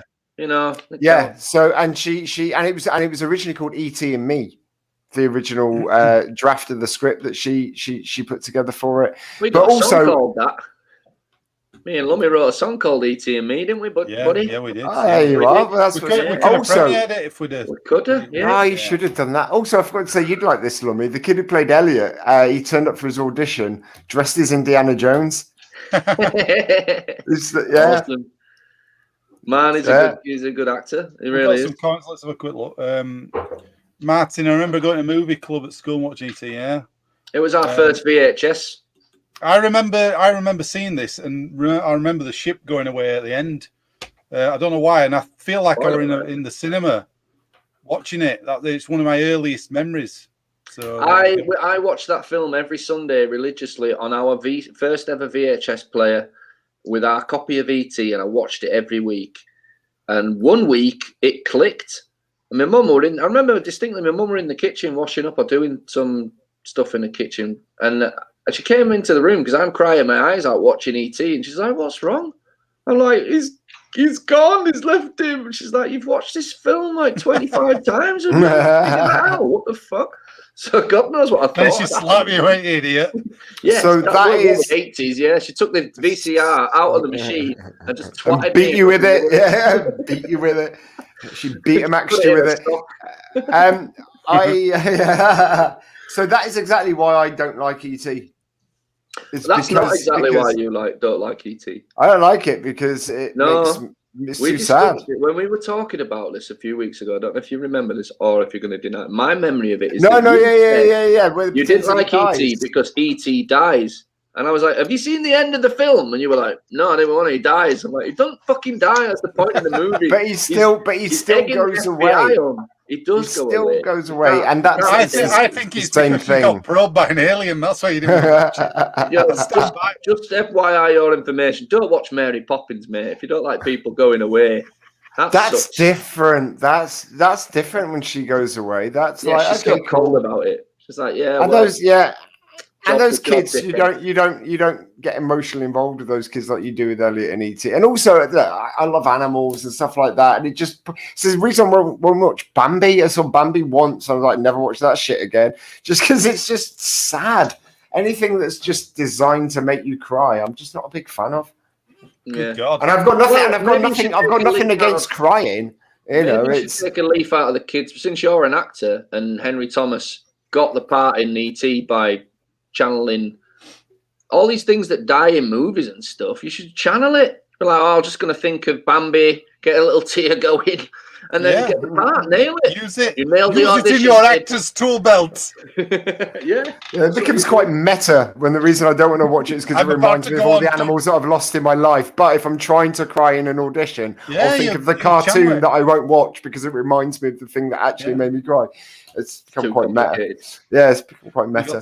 We've got some more comments here. Hang on. Elliot is still floating in space in his BMX. Gone. 2 of the stars in ET didn't they all?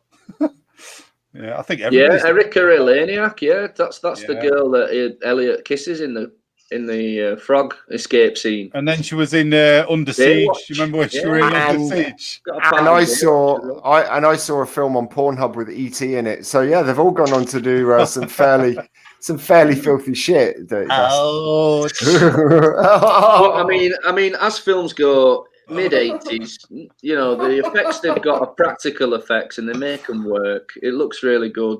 The cinematography is wonderful. Cast's great, and the fucking score is amazing. That piano piece at the end. Yeah, that music, honestly, that music is that piano piece that just ding ding ding ding ding ding ding ding ding ding ding ding. It's just beautiful. Not when I sing it like that, but it's beautiful. That was beautiful. Just have me going. Just beautiful. Don't cry. He's crying. You reminded him of it. Save it for your next audition. Yeah. Wasn't Harrison Ford in E.T.? Yeah, Yes, we He were gonna was, talk yeah. about that, yeah. And he sounds, I've seen a scene with him in it. He sounds really creepy. If you actually go on YouTube, the deleted scene is on there of Harrison Ford in E.T. Yeah, We're not going to very play long, it for is you it? though, because we get knocked off YouTube every time we try and play Don't something. be bitter. Do you know what I was thinking? Don't Do you be know what we bitter. could do, Lummy, right? Is we could just have like your TV in the background playing it. And you could just point to it occasionally. I've got a picture here for you. You're gonna do, yeah, all right. There you go. There you go. That's Harrison Ford on the set of E.T. There he is. Just in case you didn't believe us. And I mean, why did it? Lummy, do you know why he took such a small part in this movie? Do you think it was just a favour to? I think that's him as well. Well, if his wife wrote it, yeah, his wife wrote it, so yeah. So he had to. Well, no, he probably just. But apparently, I think he said I'll do it. And then, Harrison, don't forget you said you did that film. Oh, I don't want to do it, honey, not today. Yeah, you promised me you'd do it. They literally offered me the lead in every movie in the 80s, and you're asking me to play this fucking tiny part. I'm in every movie in the 80s in the lead role. Give me a break. You don't see him though. It's all that thing of they don't show the adults to the until right in the end of the film, so you didn't see him anyway. I didn't realise Harrison Ford shot to fame at the age of 31. I thought he was younger than that. Yeah, it was a genuine working man before he was a carpenter. I didn't realise that. Time he was a carpenter. Anyway, right in front of me here, boys. Remind me of Stranger Things. Sorry. Oh yeah, God, absolutely. Yeah. Elements of E.T., elements of Goonies, elements of what's the other one? Stand By Me in there. Yeah. Have I seen Erica lately? Why? What did that say, Lumb? Wow, time has not been good. Yeah, well, yeah. Pressure's not good for a Hollywood actress, is it? You know, I think at some point you take one of two paths. You either just grow old naturally and carry on, or you get a lot of work done and you look terrible. It's not a great choice. What were you going to say before that, Webb? I was going to say right in front of me here, boys, I've got the long lost treatment. It's a story treatment for E.T. 2. Nocturnal Fears by Steven Spielberg and Melissa Matheson, Harrison Ford's ex-wife. He got sick of her and started banging Ally McBeal instead. Tired of her. I need somebody who's going to Melissa Matheson's actually passed away now, you know. Oh, shit. Well, I didn't say anything bad about her, did I? No, you didn't. No. Yeah, maybe it's like I thought I'd better say that before you before you do, yeah. Yeah, I need a lady. I'm fed up of saying allegedly in this show. I need a lady that's not going to mind me being stoned off my tits all day. Matheson she doesn't have any time for that. Do you want to hear a bit of this draft then? This is what the E.T. sequel could have been. Breaking story. It's only 35 years old? 1982, July the 17th, 1982.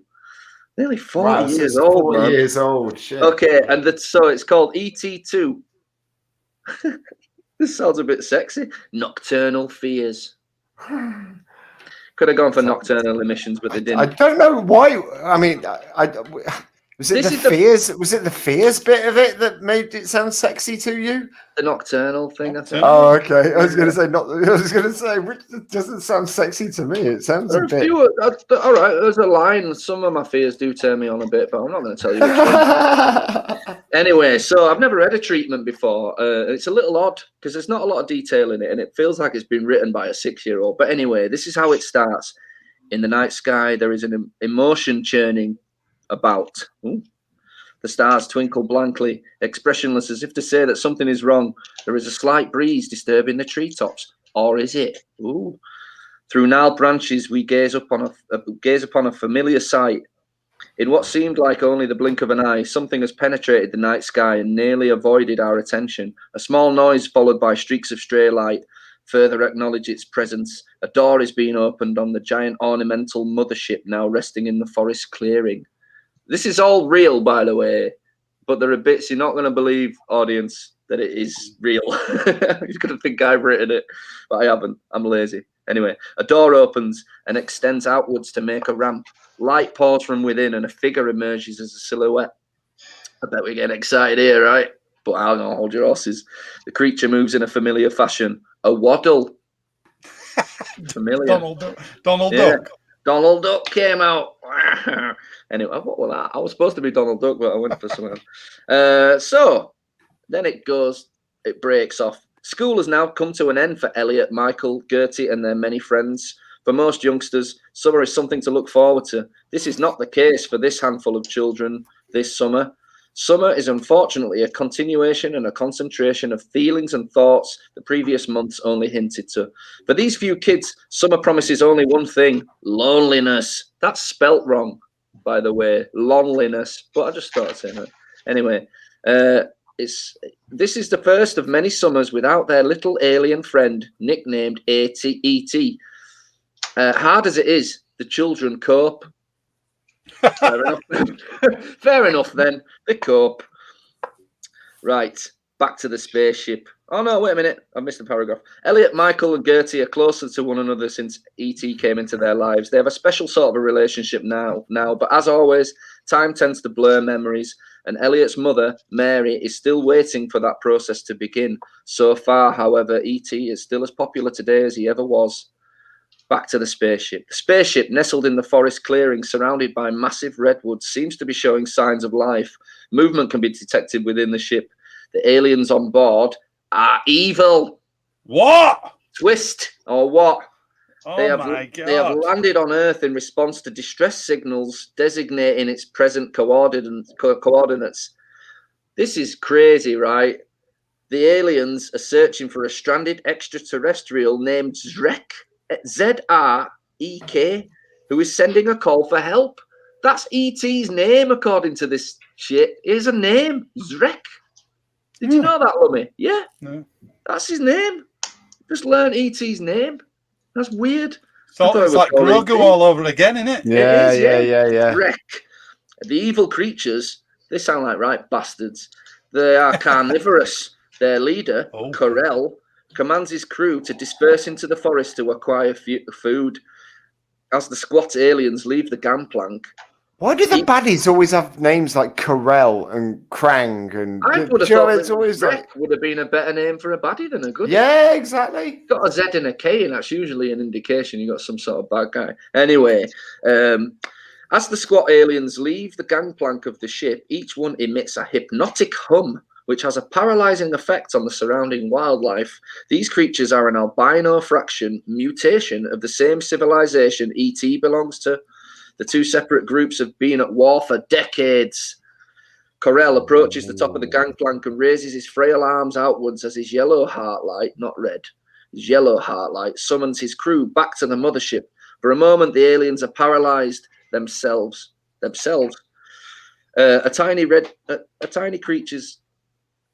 tiny creatures eventually look up with their large, expressive red eyes and begin their orderly processional back up into the spaceship. I mean, is that weird enough for you guys already, or what? I can't picture how this would have been a decent movie. This is his original idea for E.T. He wanted it to be a horror film about extraterrestrials invading the planet. So this is his original idea by the sounds of it. Don't get me wrong. It sounds like if you went to see a sequel and the same things happen, E.T., you're like, yeah, E.T.'s back. But they come out and they've got red eyes and yellow hearts and they're albino and evil. That's not E.T. Yeah, but he's evil. Rich want to watch the being tears straight away. E.T.'s. Oh, Jesus. Inside the craft is a vast assortment of large plants and animal-like beasts in cages of light, obviously specimens from past voyages. At Elliot's home, we see him climbing onto his roof to check E.T.'s communicator, which has been anchored down and sending messages into space ever since E.T. left Earth. Elliot's father returned from New Mexico months before. This is a pointless bit of information, by the way. Get this. So Elliot's father returned from New Mexico months before and filed for divorce and moved back to New Mexico. Why even put that line in there? What the fuck is the point? So what the T. Moses said this. Jack and I time love it. Elliot's father almost made it into this movie, but just didn't in the space of one sentence. But Elliot's family has seen harder times. Harder than having no dad and the alien league. I don't understand what the times it came before. Maybe the film could have been a prequel to E.T. Hey, I'll tell you what. One thing I did realise from watching this again: their house is massive. Yeah, they do have a huge house. Yeah, they can't be doing that bad. Some square acres. Make sure, square footage there. Right. Anyway, he returned to New Mexico. Elliot's family has seen harder times, and the fact that Mary has been dating Dr. Keyes, the FBI guy, Peter Coyote, since they met just before E.T. left, has eased the strain considerably. So basically, the mum's getting laid, so she's all right. So I reckon she's probably still ignorant. The shit that these kids get away with right under the mum's nose is nuts. One thing is certain, everybody under this household's roof has something in common. E.T. Keyes has told his story time and time again about his first meeting with the tiny, confused E.T. It is a story full of emotion, surprise, and mystery. Keyes never plays down how important that experience was to the direction his life took from then on, and admits that his life ambitions were channeled more towards more positive and rewarding goals. So basically stopped being an evil fucking FBI dude and learned his morals, I guess. So he didn't continue to live in a dream world of hope that he would again meet his space friend. This is bad writing. That's not me fucking that. This is just written really badly.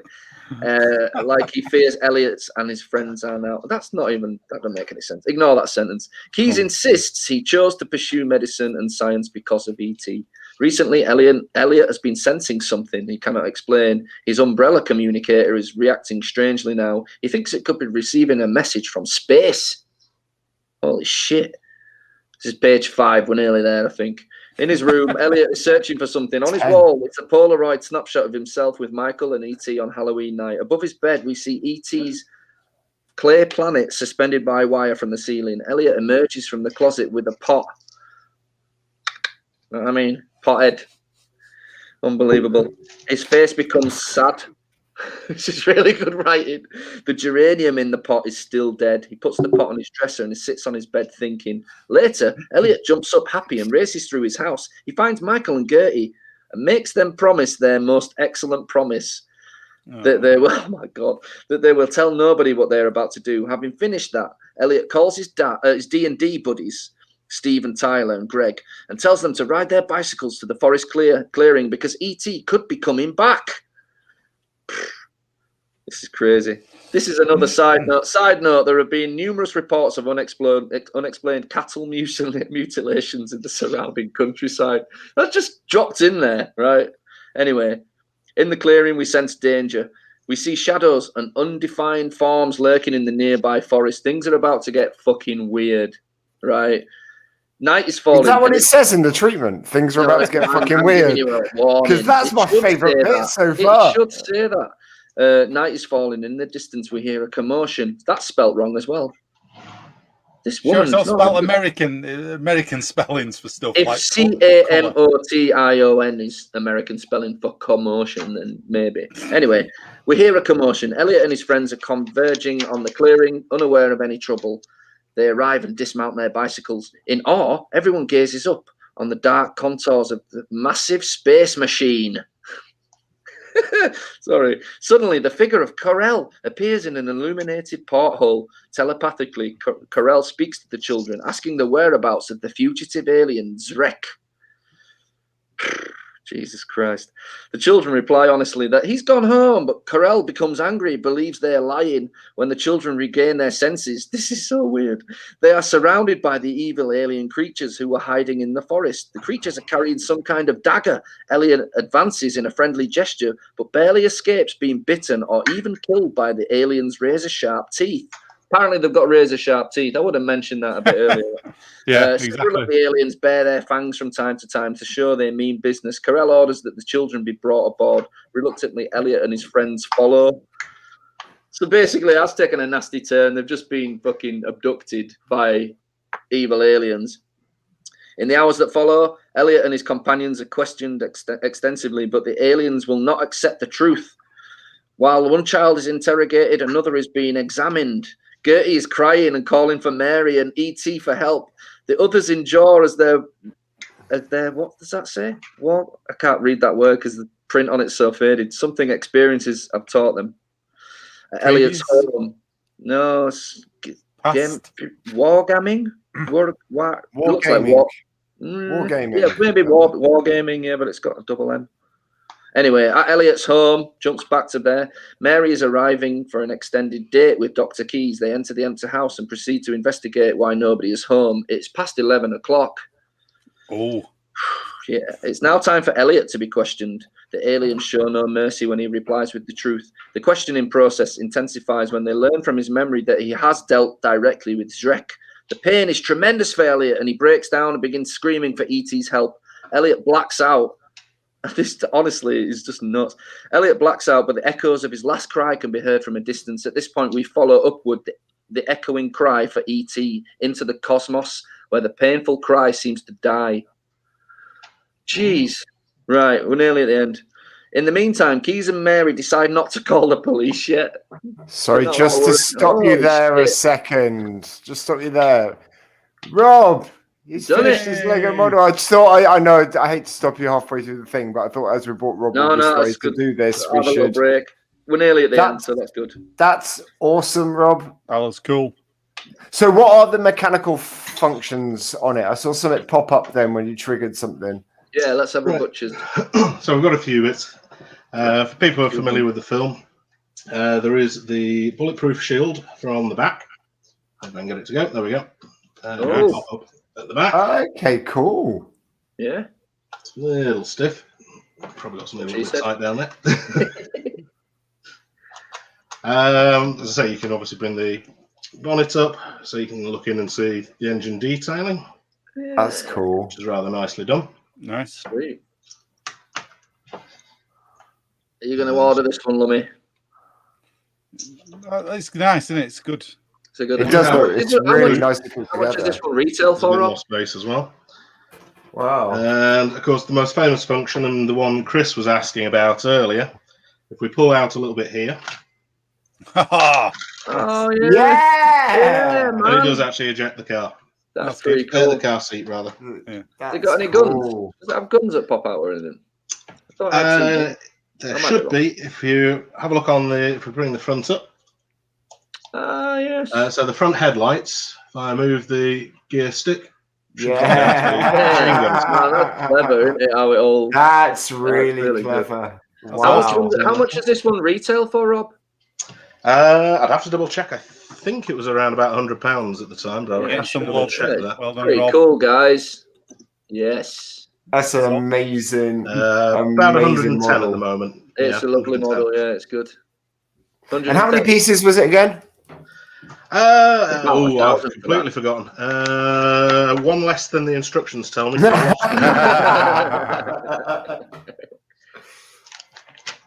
I can't actually see a part count anywhere. Is it on the box? Sometimes on the front of the box. I don't think it is actually. So I'm being It's particularly blind. absolutely beautiful. Yeah, it's a good one. I'm tempted by that one. I don't have a lot of the vehicle. I've got to admit, I mean, I'm a Bond fan anyway, so I wanted to pick it up when I saw that when they announced that they were doing it. But yeah, as far as detail goes, it is a really nicely detailed little model.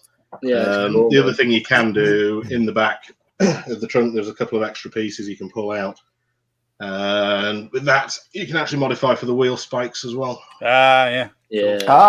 Cool. Pretty cool, man. I got to say, the only thing I'm slightly disappointed about this whole segment is that when you had all those pieces laid out on the table, Rob, a little bit me thought, so when he takes those pieces off, maybe it's going to reveal like bits of a naked lady, like on the peanut packets in a pub. You take a packet of peanuts off and it reveals like a page. A little bit. Maybe we do that for next time, Rob. When you come back on and do I'm not sure I've got naked ladies, but I could put something underneath, I'm sure. It's like, it might be worth mentioning at this point, there is a little thing out there called the internet where you can see abundance of naked ladies whenever you want. You don't have to be looking at whatever it is, what crisp packets. I do wonder why porno magazines still exist. Like, well, when we were kids, you were that kid probably, actually, Richard. Yes, I was. You were the one, I'm guessing, that brought the pack of playing cards with naked ladies onto school. Were you that? No. That was Joe Hartley when we went to Greece. Oh yeah. Yeah, I did not buy she those. bought some ones with blokes on, didn't she? No, they had both. The women as well, they were disgusting. Yeah, they were absolutely filthy. Like, really shocking. They were really, they were. Yeah. Anyway, sorry, that was right. Oh, a little close up. Movie, I guess. Hang on a sec, Webby. There's a little close up. 1 sec. It's awesome, man. That is brilliant. It's I figured that's better than my ugly mug, so I'll leave that there. I reckon he's got his eye on this one. I can feel his finger twitching towards Amazon to get it. Do you know what I do like about it? I like that they've got the smooth bonnet and everything. Finish, whereas like that's why I never picked up the Back to the Future one. Oh, that was a terrible model. Yeah, the bonnet were like all like. But they've never done it. You know what they haven't done? This is a UCS model, so that's why it's got the inners, like you can see the engine and stuff. If it was just a car, it'd be really simplistic. So it's probably not got UCS written on it, but it's what they call it's an adult one. Kids aren't meant to build this; it's for grown-ups.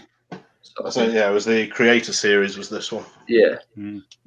So they made it a little bit more difficult. That's why you're going to say they'll do a Back to the Future one like that? Then I would imagine so. They've done the Ghostbusters, haven't they? They've done Ecto. Yeah. I reckon they need to start releasing a couple of figures with them. What's wrong with having a James Bond absolutely. Although, how big would the James Bond be with that car?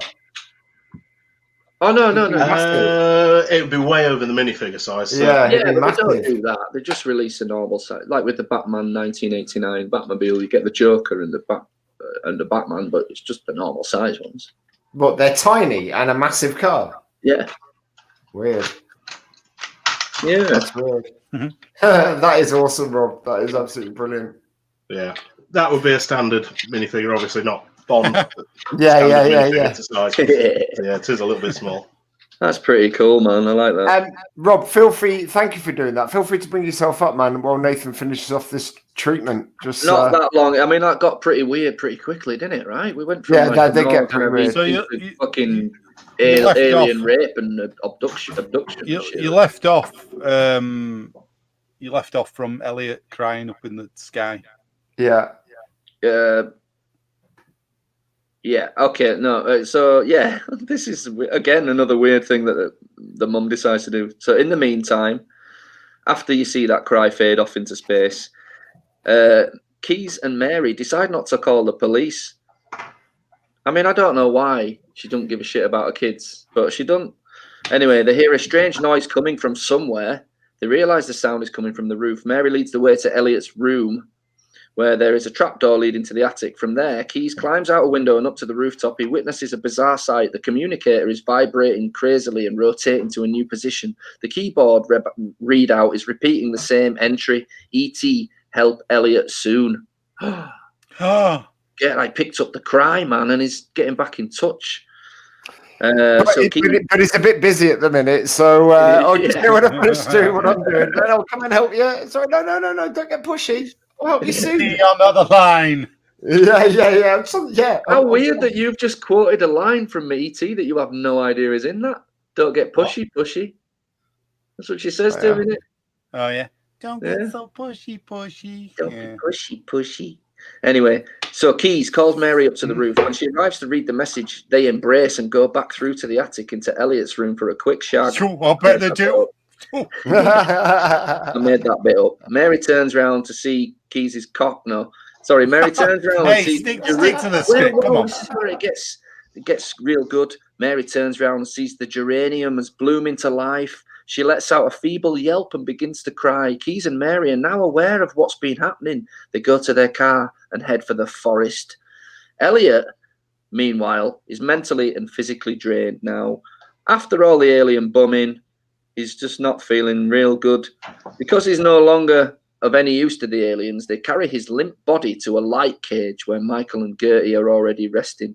Suddenly we hear a strange resonating hum throughout the ship, yet it is not coming from within the ship. All the evil aliens freeze. A hatch opens to reveal E.T. with his glowing finger raised and his heart light pulsating. Like a lightsaber. Just sounds so He's got his light finger raised. Yeah. And it's oh dear, here we go. So he kick ass and then go, ouch, motherfucker. How's that going to work? Elliot awakes immediately. E.T. advances toward the captives and deactivates the light cages. He and Elliot embrace with tears in their eyes. Elliot, Michael, Gertie, Steve, Tyler, and Greg leave the evil mothership. That's all the explanation you're going to get about what happened. And wait for E.T. to come out after reprogramming the alien's navigation controls. E.T. exits the ship and rejoins his faithful friends. Soon after, Mary and Keys arrived and are reunited again with the magical little alien named E.T. After saying their tearful goodbyes, E.T.'s own mothership descends from the heavens to take the place of the evil ship that is now en route to a remote corner of the galaxy.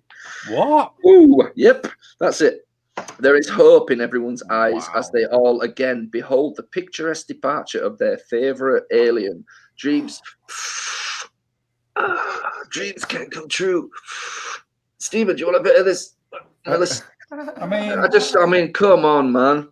So basically, basically, Melissa Matheson. That's it. So this sounds like it was the original version of, like, or based on the original version of the film he was wanting to write, a horror movie about aliens coming down to Earth. And Melissa Matheson, he told her about it, and she went, "That's a terrible idea. Let me just rescue this for you and write this really good film, E.T. and me." And he did it, and he went, "Yeah, that works, brilliant. Now that film that I was going to do, we'll do that. We'll put that out there." And she's kind of like, "No, it's a terrible idea still, George. It's a really fucking bad idea." Do you know what? I mean, what gets me about it is the amount of detail you get about certain things and then the lack of detail about really fucking important things. E.T. showed up, raised his finger. What happened? Did he blow up all the aliens? Did he fucking kill them all? Did he ninja them all? What happened? He rescued the kids. It sounds like it's just nothing to it, doesn't it? Really? We'll fill in that bit later. You know, we've got this. It's only a treatment. It's the general gist of what happens, but even that, it's still pants, isn't it? I'm quite glad they never made it. Massive plot holes in there. Yeah, and some strange shit. I don't get why this 80s mum hates her kids so much.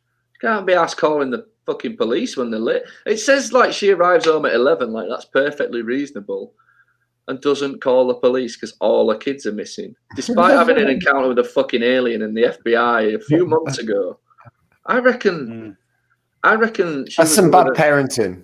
Yeah, or she was a pothead herself before it became legalized in California, where this movie's set in California, right? So I reckon she's a pothead, just a lazy pothead. Don't forget, this was the 80s when things were a little bit less,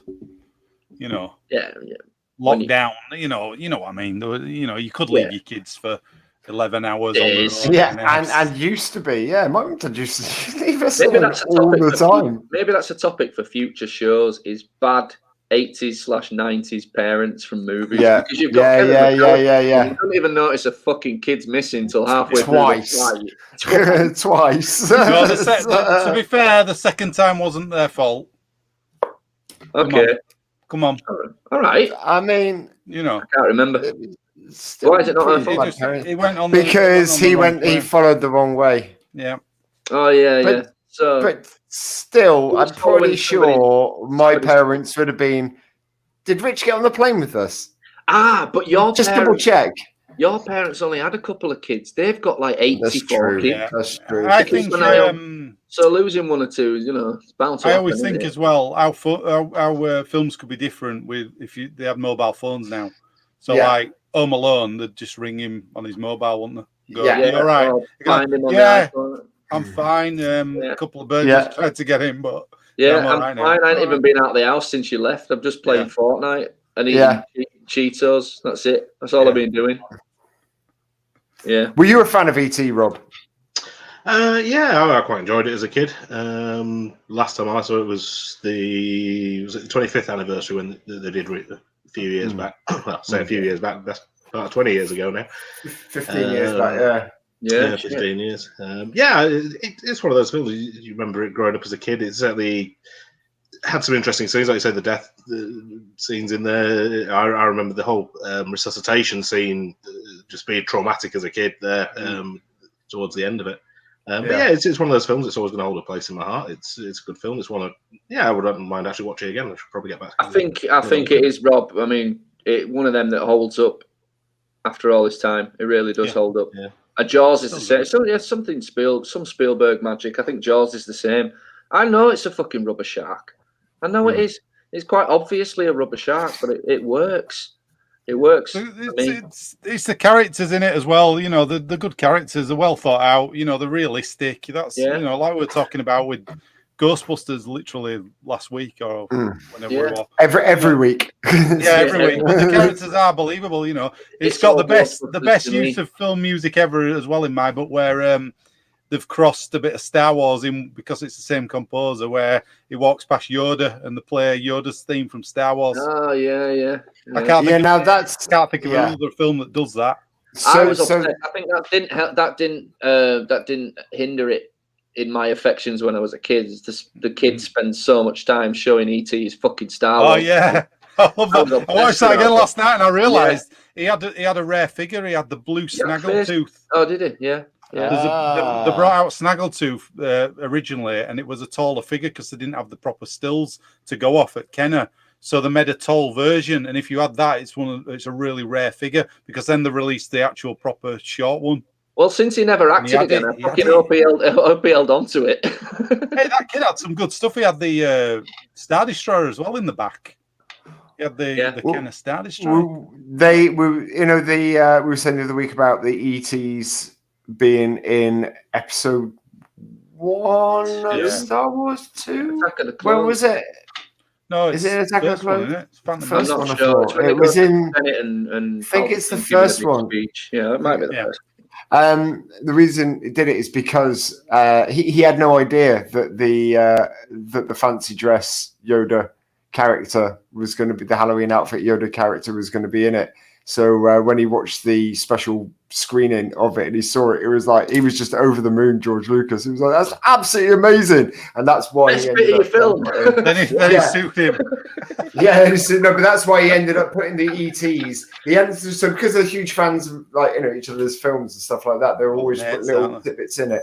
And he didn't tell him that he was going to do this, so it was a big surprise for him. Do you know what, Rich? What this conversation brought to my mind, it's another reason why I love this film, and it's fuck all to do with the story of E.T. and the relationship between the kid and the alien, or the fact that he dies and he comes back, or anything to do with that. It's things that attract kids to movies. So there's the whole Star Wars bit, where he's showing him his Star Wars figures. Then there's the bit where you see Yoda walking past. But also, right at the end, there's a fucking BMX chase where all the kids are on BMXs, outrunning all the adults in the cars. And as a kid, you just like, fucking go on. And I tell you what else, when you watch it as an adult, it's not even that long and they don't do that much. I think one of them does a skid, and that counts as a stunt in the 80s in a film. There's no backflips, nothing. He just skids his bike, and you're like, yeah, nice stunt, kid. You know what I mean? Your expectations. The only little thing that lets it down that bit is whoever they've got riding the bike as Elliot is too big. So if you watch it, it's like the stunt double, and it's like, it's always a bit like, couldn't you find? Do you remember? This is a weird one. Michael Jackson became really, really, really obsessed with this film because he maintains that he was E.T. and he understood E.T. like nobody else did. Basically, he liked to hang around. Do you know he wrote a song for the movie? Yes, and he did the narration for the audio book. Yeah. And it's really weird. I remember seeing I don't know where I saw this footage, but I saw footage of him speaking the words as they're riding up to that police line. You know, where the police block him off and they finally take off. And he's like, and then they were all of a sudden, E.T. was like, into the air. And it was like, it's really weird hearing Michael Jackson be attached to this. And he ended up with the original fucking puppet in his Neverland ranch. He bought the model. Wow. Well, the inspiration for E.T.'s voice came from a lady that he knew who smoked a shit ton of cigarettes.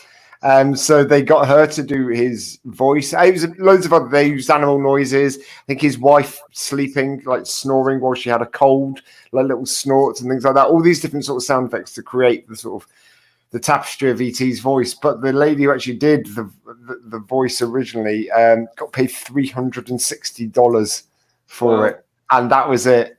$360. But what they were filming, Steven Spielberg was doing the voice to get the reactions from the kids and things like that. He was off camera doing them all. But $360, that's insane. That's crazy. Yeah. Man, I remember the other bit that used to get me as a kid as well is it's a fucking classic scene. Elliot goes to school, Rich, and he has to leave E.T. at home on his own. And E.T.'s just walking around the fucking place doing whatever he wants. And he goes to the fridge and he gets a 6-pack of beer. Put maple syrup on spaghetti and things like that. And no, that's Elf. Oh shit, yeah. But similar to that, he gets a 6-pack out. He starts drinking these beers, and he gets a bit pissed. But because they've become simpatico, what's it? Simpatico. Because they're telepathically linked now. Elliot starts feeling the effects of being pissed while he's at school through E.T. It's just a clever little scene, man. E.T.'s tottering about, and then the mum, the ignorant 80s mum, and the daughter come home, and Drew Barrymore's pretty much having a full-on chat with E.T. while the mum's just not even aware that E.T.'s there. It's just fucking, that's what I mean. She's totally blinkered, this lady. Like, yeah, I think that would be. It's quite realistic though in a way, because you know she's with these kids all day. She probably does ignore them all day, won't she? Yeah. You know, 3. I do think that would be a good segment. Is bad parenting, examples of bad parenting from. Well, you got the mum from Hollywood as well, haven't you? Yeah. You can't see beyond the nose. She's terrible as well. That'd be a good segment. Yeah. Well, this hasn't made me want to watch E.T. again, just because, again, it's that thing of, look, I get it's a good film. I get it's inspired a lot of my favorite shows and films. I get that. But because I know it's going to make me cry, and I like films that make me cry by surprise, but it was like, it's just so obvious that it's just a massive set to ruin kids' lives. And I don't want to do that. Listen, you're a fully grown adult. I don't think it's going to make you break down to the fucking point where you can't see straight. You might get a little tear in your eye, but it ain't that fucking sad. Right. So I started watching it when we were going to review it a few weeks ago, and it was within about 10 minutes. It was all these FBI guys, all these police officers with guns trying to kill E.T. Then he went to the house, and it was like, oh, can you hear that noise outside? And all the kids just pick up knives. And I'm just like, oh man, leave the poor little fucker alone. I just get too attached to. You know they don't murder it, don't you? Yeah, I do know that. I do. No, I do know that. I do know that. Oh, they're going to kill him. I'm not watching it. But I'm just like, why do you want to treat this thing like shit all the way through? I just hate that stuff. The thing is, the coyote out there going through bins. I don't think it's an alien. Yeah, I get it, but all the way through, the whole point Really, is he's been. No, I do, because because it's not just the kids. All the way through, the E.T. is being treated badly by other people that want to get it, like the FBI and stuff like that. I'm just not into that sort of stuff. But that's just real life, isn't it? It's just real life. Yeah, that's real life. We got a few more comments. Martin Campbell, aren't they glad Webb's version? Yeah, Webb's version. Yeah, that Webb's version. Yeah, you did. I did right. You know what? I would have spelt that word right. What it? Come on. I can't remember. Always wanted to speak and spell. Cousin had it, yeah. Do you guys ever have a speak and spell? Speak and spell. They could have used one when they I wrote do this remember it. They could have used one when they wrote this treatment. Dickheads. Spelling mistakes and everything in there. Commodity. But I think another massive piece of the puzzle of this, Rich, is when I think you get a lot of love from this film from watching it at the time, from when you're a kid. And if you miss that part, it's really difficult to get back into it.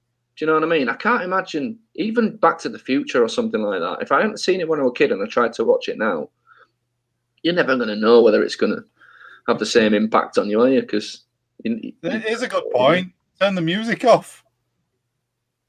The music's part of it. Beautiful. Yeah, of course it is. Of course. No, but Terry is right. And when you were talking about the music earlier on, I mean, look, it is perfectly put together to create emotion. I get that. It's a masterpiece. But I just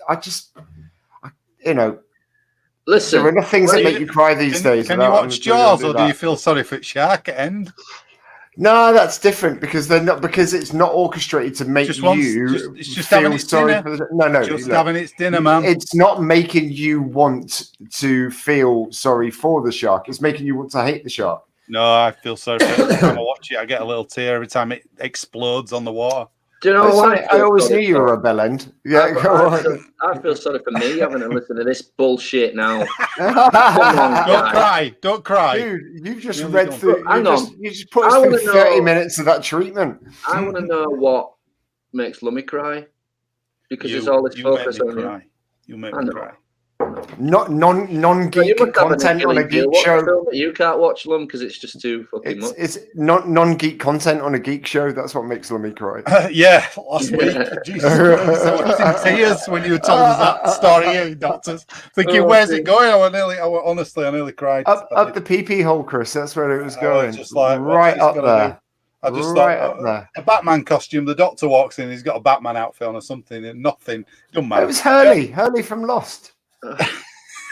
There's all sorts. Webb that gets me. Yeah, ET. I mean, I don't know about you, but I wouldn't not watch something though because it made me. I'd be like, I would. I mean, if I didn't feel like, if I had a feeling that something was going to make me cry and I wasn't in that place where I wanted to cry, then I wouldn't put it on. You know what I mean? I think that's the other thing. If I'm putting a film on, it's because there are films that I won't put on because I'm just not in the mood to watch that film, and generally I'm not in the mood to cry, so I won't put it on. There's plenty of other things that I'll watch that are of the same genre and things like that. That I just really enjoy.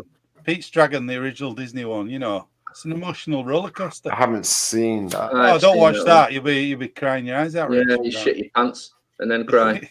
That doesn't normally happen when I cry. What about? What gets me? It's not films. It's more like. I hate those fucking reunited shows where you get like a brother and sister that grew up separated and they get reunited. Those things like that in real life, I don't know why. It just get me every time. I can't cope with it. And I tell you what else. Oh, this is awful. This is really bad. I'm going to say something really bad. So I was watching Bake Off this week, and it's a prime example. There's a celebrity Bake Off on. It's for Stand Up to Cancer, and it's when you get to the fucking cancer story bit. Obviously, it's meant to get money out of your pocket. Fast forward. You fast forward those bits. Yeah, always. I have to because I can't do those bits. Okay, so that's okay. Right, Afterlife 2. So the Ricky Gervais series, Afterlife. It took me a long. Everyone had watched that before I watched it. I couldn't watch it because I knew that there was going to be some subject matter in there that might just set me off. And when I found that I was in the right place to watch it, I watched it, thoroughly enjoyed it. It was brilliant. I haven't watched Afterlife 2 because it came out while all this shit's been going on and stuff like that, you know, and a lot of people have lost a lot of people that are close to them over the last year. And that was, you know, another one of the reasons. That was why that week I was feeling particularly touchy about watching that film, and that's why I still haven't watched Afterlife 2 as well, just because you know it's a little bit. But it will be good, and I'm sure it will be. I've heard a lot of good things about it. Excellent. Same thing. You have to be in the mood to be able to watch it. Or I'll be completely fucking dead inside like me because if it's not some family reunion. Oh yeah. I never saw it. I'm not a fan of the original. I remember seeing it as a kid. Mickey Rooney's in that one, isn't he? Yeah, I love the. I love it. I love the original. It's great. I love it. Any films that made you cry, Rob? Green Mile's one that'll always get me. Green Mile, The Love of Dogs. Yeah. Have you seen For the Love of Dogs with Paula Grady, right? We watched it. Would make me cry as well. Right, she's right about this. Paula Grady, they did this Christmas episode, right? And it's all nice. You're like, oh, these dogs are getting homed at Christmas. Then this little dog called Noodles got put down literally out of nowhere. Oh, don't like, what? So you're right, that got me. I was like, what? You know what? Losing. A testament to what. Sorry, Rob. I cut Rob off then. Sorry. It's a testament to what a good friend I can be. I will pre-watch stuff that Gittins haven't watched yet, and if fucking dogs or animals die in it, I tell him before. Yeah. Because I'm like, it's a brilliant film, but be aware they're killing dogs. Yeah. And I won't watch it. Losing when Dilly died, that was the worst thing that has ever happened to me. Like that was worse than it was worse than losing my dad. You know, and that was and people are like, what the fuck? I didn't live with my dad for 20 years. You know, it was. Do you remember All Dogs Go to Heaven, late 80s, Burt Reynolds cartoon? Yes, yeah. Oh, some people are just bastards, and they just want you crying from the minute the film starts to the end. Yeah. I tell you another one. Up. The first 5 minutes. I haven't watched it. I haven't watched it. I haven't been able to watch it for that exact reason. That got me so badly. People are like, should have called it Down. You're bringing me the Green Mile, Rob. Mm. Yeah, it is. That is a. It's just one of those stories. Yeah, you just can't help it. Every time, you know what's going to happen. You know he's going to give up himself and wants to end his life when the time comes. Tom Hanks' character is obviously there, gives it or talks about the option of helping Coffee escape, but Coffee doesn't want to. And it's just that emotional. I'm done here. I need to move on. Rob, the fucking mouse. The book is insane. Mr. Jingles. The book is. Oh God. Oh, even in the book. The mouse bit at the end again when you come to that final bit with sort of the connection still going with Hanks in the old age and Jingles still going. The last 10-20 minutes of that film. Coffee's magic, haven't they? And they live a bit extra long, and you see the mouse in his all white and got a little white beard and shit. Yeah, it's really cute.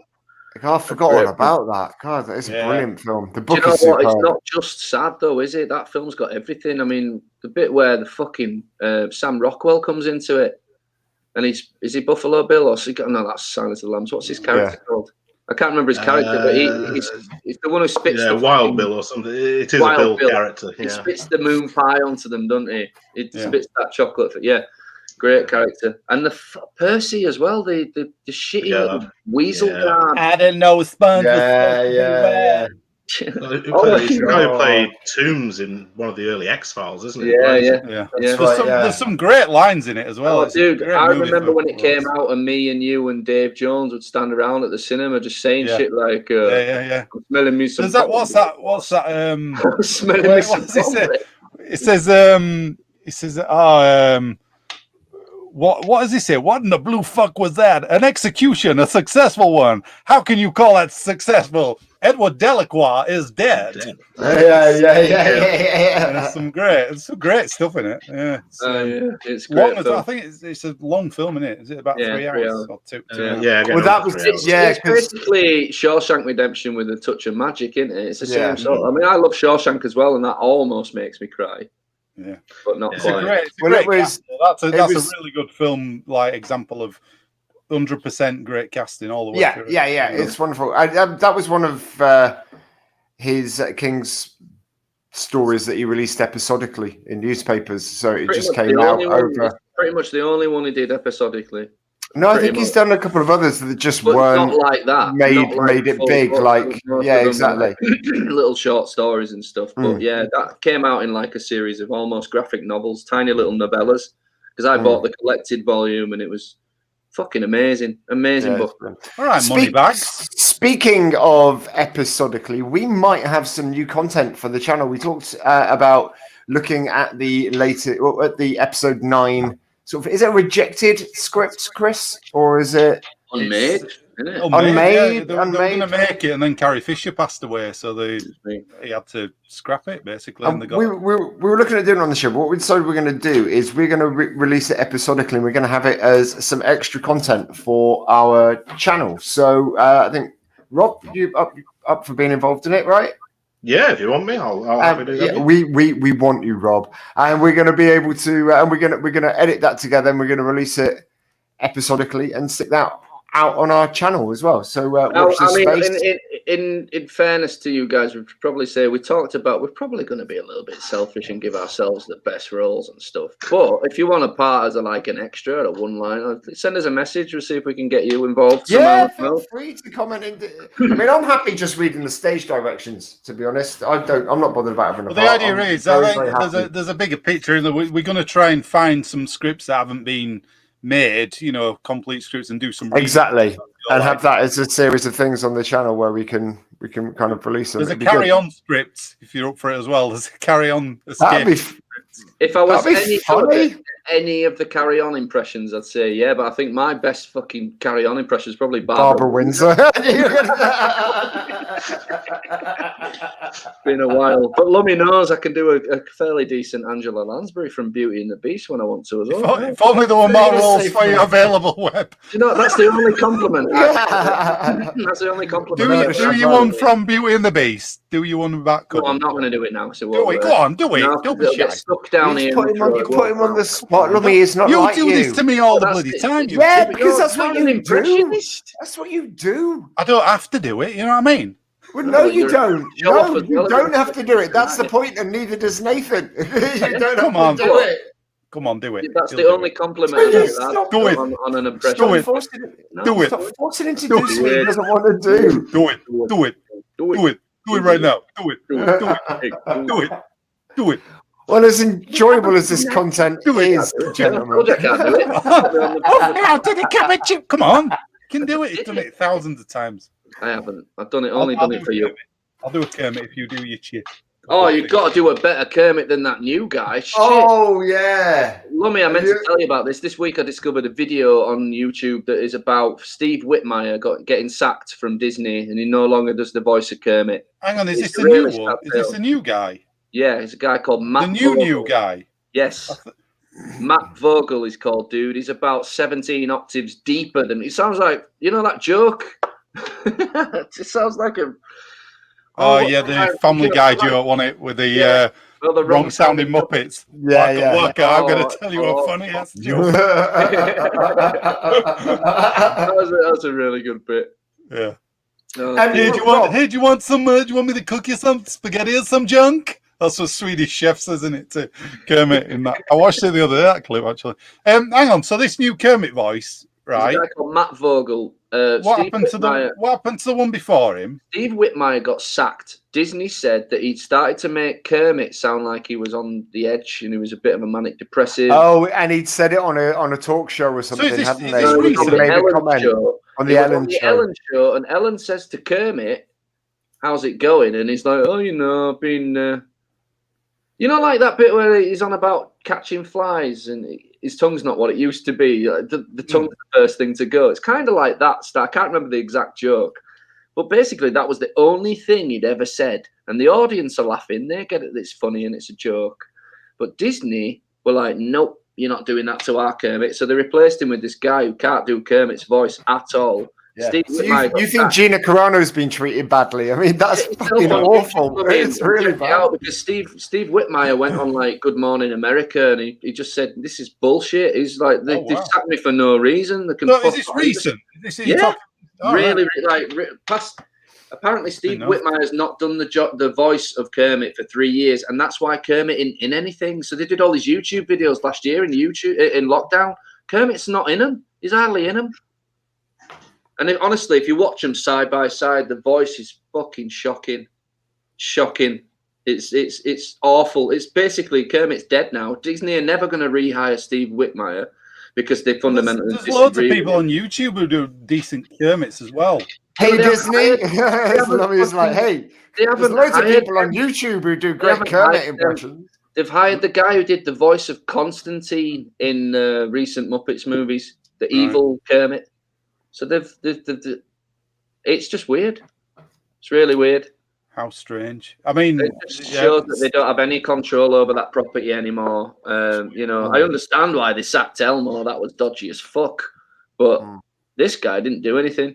God, honestly, take yourself down a little YouTube rabbit hole with it, Lum. I think you'll find it really amusing. Steve, my Kermit's all right. It's not that good though, but there's a load of people who do it really well.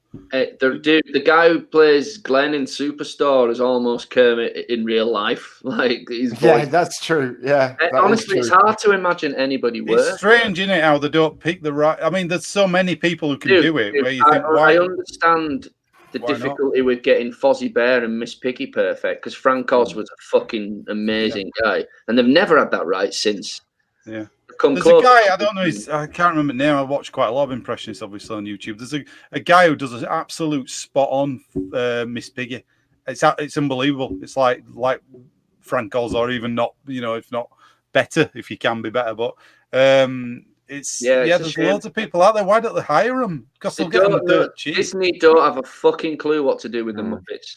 No, those last two Muppets movies, in my opinion, they weren't bad. They were the best thing the Muppets have done for years. They weren't bad at all. They had some good pedigree behind them. Flight of the Conchords team writing the songs and directing it. You know, Ricky Gervais is in the second one and he's fucking cool in it.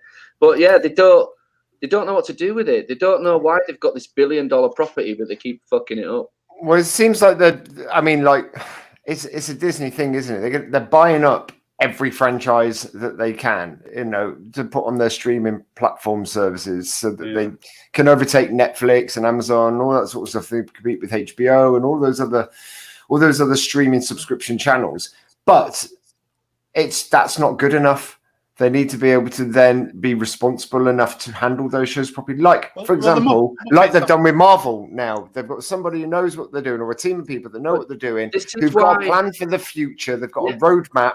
They need to do that with each of their things. I mean, they fucked it up with Star Wars. Well, of course they have, because they let Kathleen Kennedy do whatever she fucking wanted.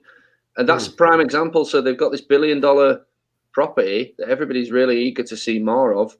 And they can't get it right because they're overthinking it, or they're putting the wrong people in charge of these projects. Even Frank Oz summed it up, though, didn't he, when they brought that new Muppet movie out? They know that one with Jason Segel and everything. He said they had a Fozzie Bear. He said this sums up the new style, that it don't work. He said Jim Henson would never allow it. Fozzie Bear makes a joke, and he says about having fart shoes on or something. Oh, it's got these fart shoes on, and they walk. And he says Jim Henson would never have used the word fart ever in anything. Yeah. And it's like, bang on. But them new films for me, I didn't mind the Muppets Most Wanted. I thought, this is actually feels a bit like what it used to be like. But that first one, I didn't like that one. I thought, whatever. But the Muppets Most Wanted, I thought the songs were pretty decent with your Flight of the Conchords guy who did them. I liked the songs in the first movie. The first movie was all right. It was a bit weak. The first movie songs were good, but they make a mess of the Muppets by going against what they used to do with the Muppets, which is, to me, only my opinion. But they used to, human performers were always second to the Muppets. It's a Muppet film. Yeah. And then, Jason Segel, he was like the main star of it, and you're like, that's not what this should have been. It was a bit terrible as well. It wasn't. But whereas the Muppets Most Wanted, they had Ricky Gervais in it, but he was playing the henchman to the Muppet. That works. Yeah. That's what you want. And it had some really good Muppet style bad jokes. The bad guy in that is called Dominic Bad Guy. Yeah. Do you know what I mean? And they make a joke out of it all the way through. Dominic Badgie. I sent Rich a video earlier. Weirdly, I haven't had a chance to see it yet, actually. Dude, I sent it because it's Robin's new favourite thing, and it's Ricky Gervais showing up to. This is a Sesame Street bit, and Elmo's in bed trying to get to sleep, and he's trying to get to sleep. He's like, I can't get to sleep, and Ricky Gervais comes along and he goes, maybe you need a celebrity lullaby, and he's like, what's that? What's a celebrity lullaby? He says, well, it's when a celebrity, somebody really famous and looks at the camera, comes along and sing you a lullaby, and he goes, all right, who's the celebrity going to be? And Ricky Gervais is like, what do you mean? It's me. It's like, it's the most Ricky Gervais thing I've ever seen, but he fucking loves hanging out with the Muppets. He is a big fan. Rob, would you be willing to come back on the show and build another Lego model for us one day? I could probably be convinced to do that if you wanted me to. I'd be really interested to see that X-Wing being built, but I mean, I don't want to be too pushy or demanding on what it is. I mean, what do you want to see being built, Nathan? I know we all really want to see the Millennium Falcon at some point. That's going to be like its own show. There are 2 Star Wars kits. Do you know, I think you've got a shot of being able to build both of them, not on the same show, but both of them in a single show, just slightly smaller sets. Certainly the TIE Fighter, I think, based on the box size. They're going to take a show to do one of them. What are you on about, Webb? Hey, it's my birthday this week. Maybe I'll get a little bit of Lego. Maybe you will, Webby. Who knows? I won't count it. Maybe you can have a Lego off. See, this is it. We need to get one of the same sets. We'll see who can build it the fastest on the show. We've got a few more things here. I like this. Big T more. Murder She Wrote script from Webby. Lansbury. I'm going to find you an Angela Lansbury script from somewhere. I think this impression. I can only literally say one line. No, you've got to do it. No, it's not a line, is it? It's the song. Kermit was on Masked Singer. Yes.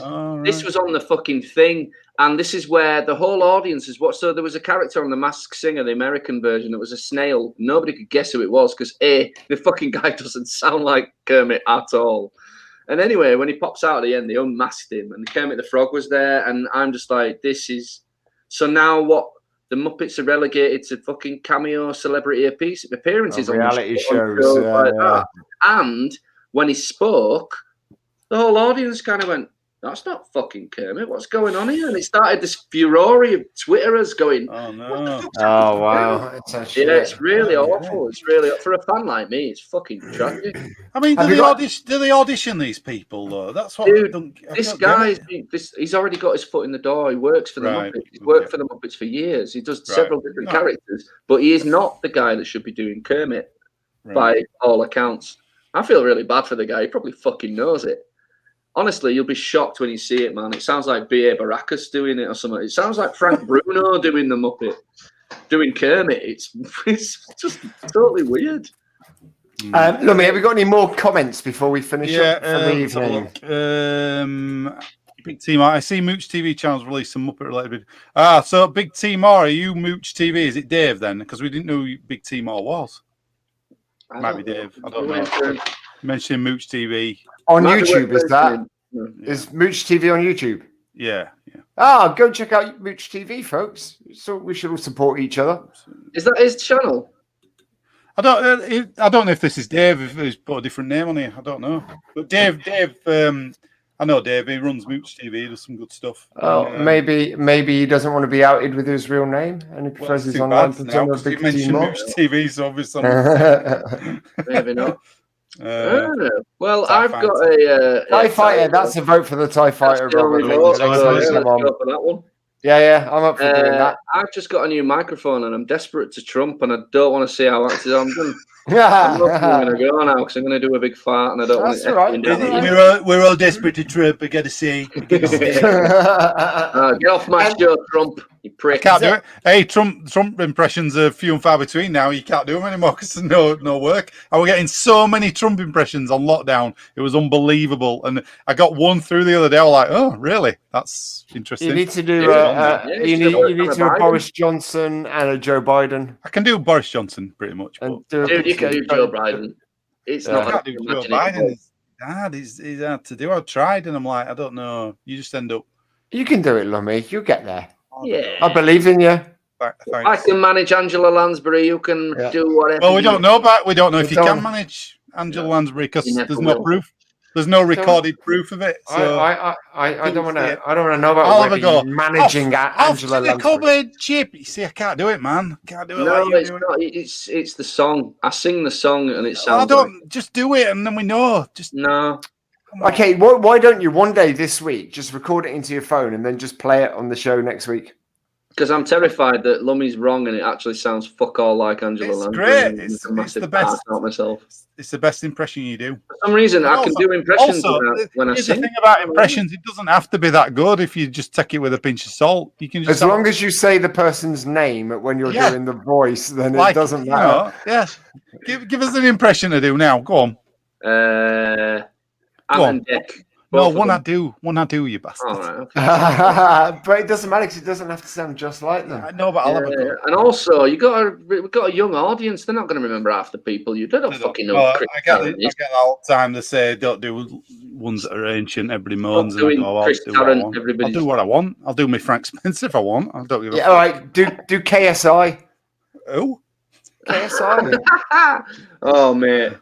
Wow, you're so many times. Right, well, is there anything anyone wants to say before we lose Googling KSI? I don't get this. What about ET? What do you mean?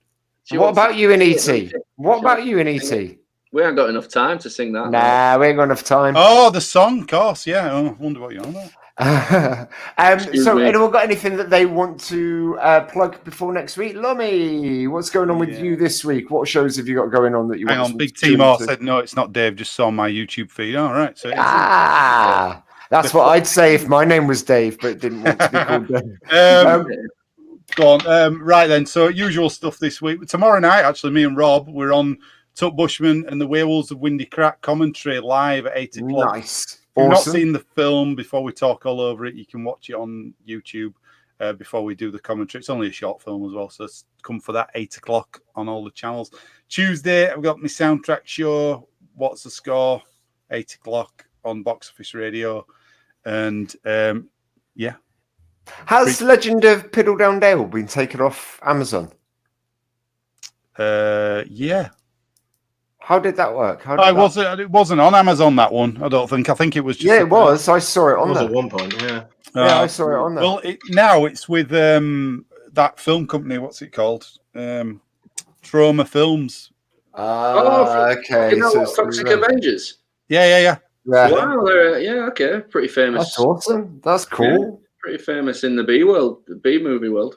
Yeah. So That's awesome. they've got it. They got it off. Got it offers to put on their streaming service. Nice. Anything you want to plug this week, Webby? Anything you think anyone should watch, or anything that's coming up that we should I think I might have to looking plug out for before I do a big loud trump down this. All right. Well, in which case, I think it would be very nice to say thank you very much to Rob for coming along again this week and finishing off his Aston Martin. That is a sweet bit of Lego you got there, Rob.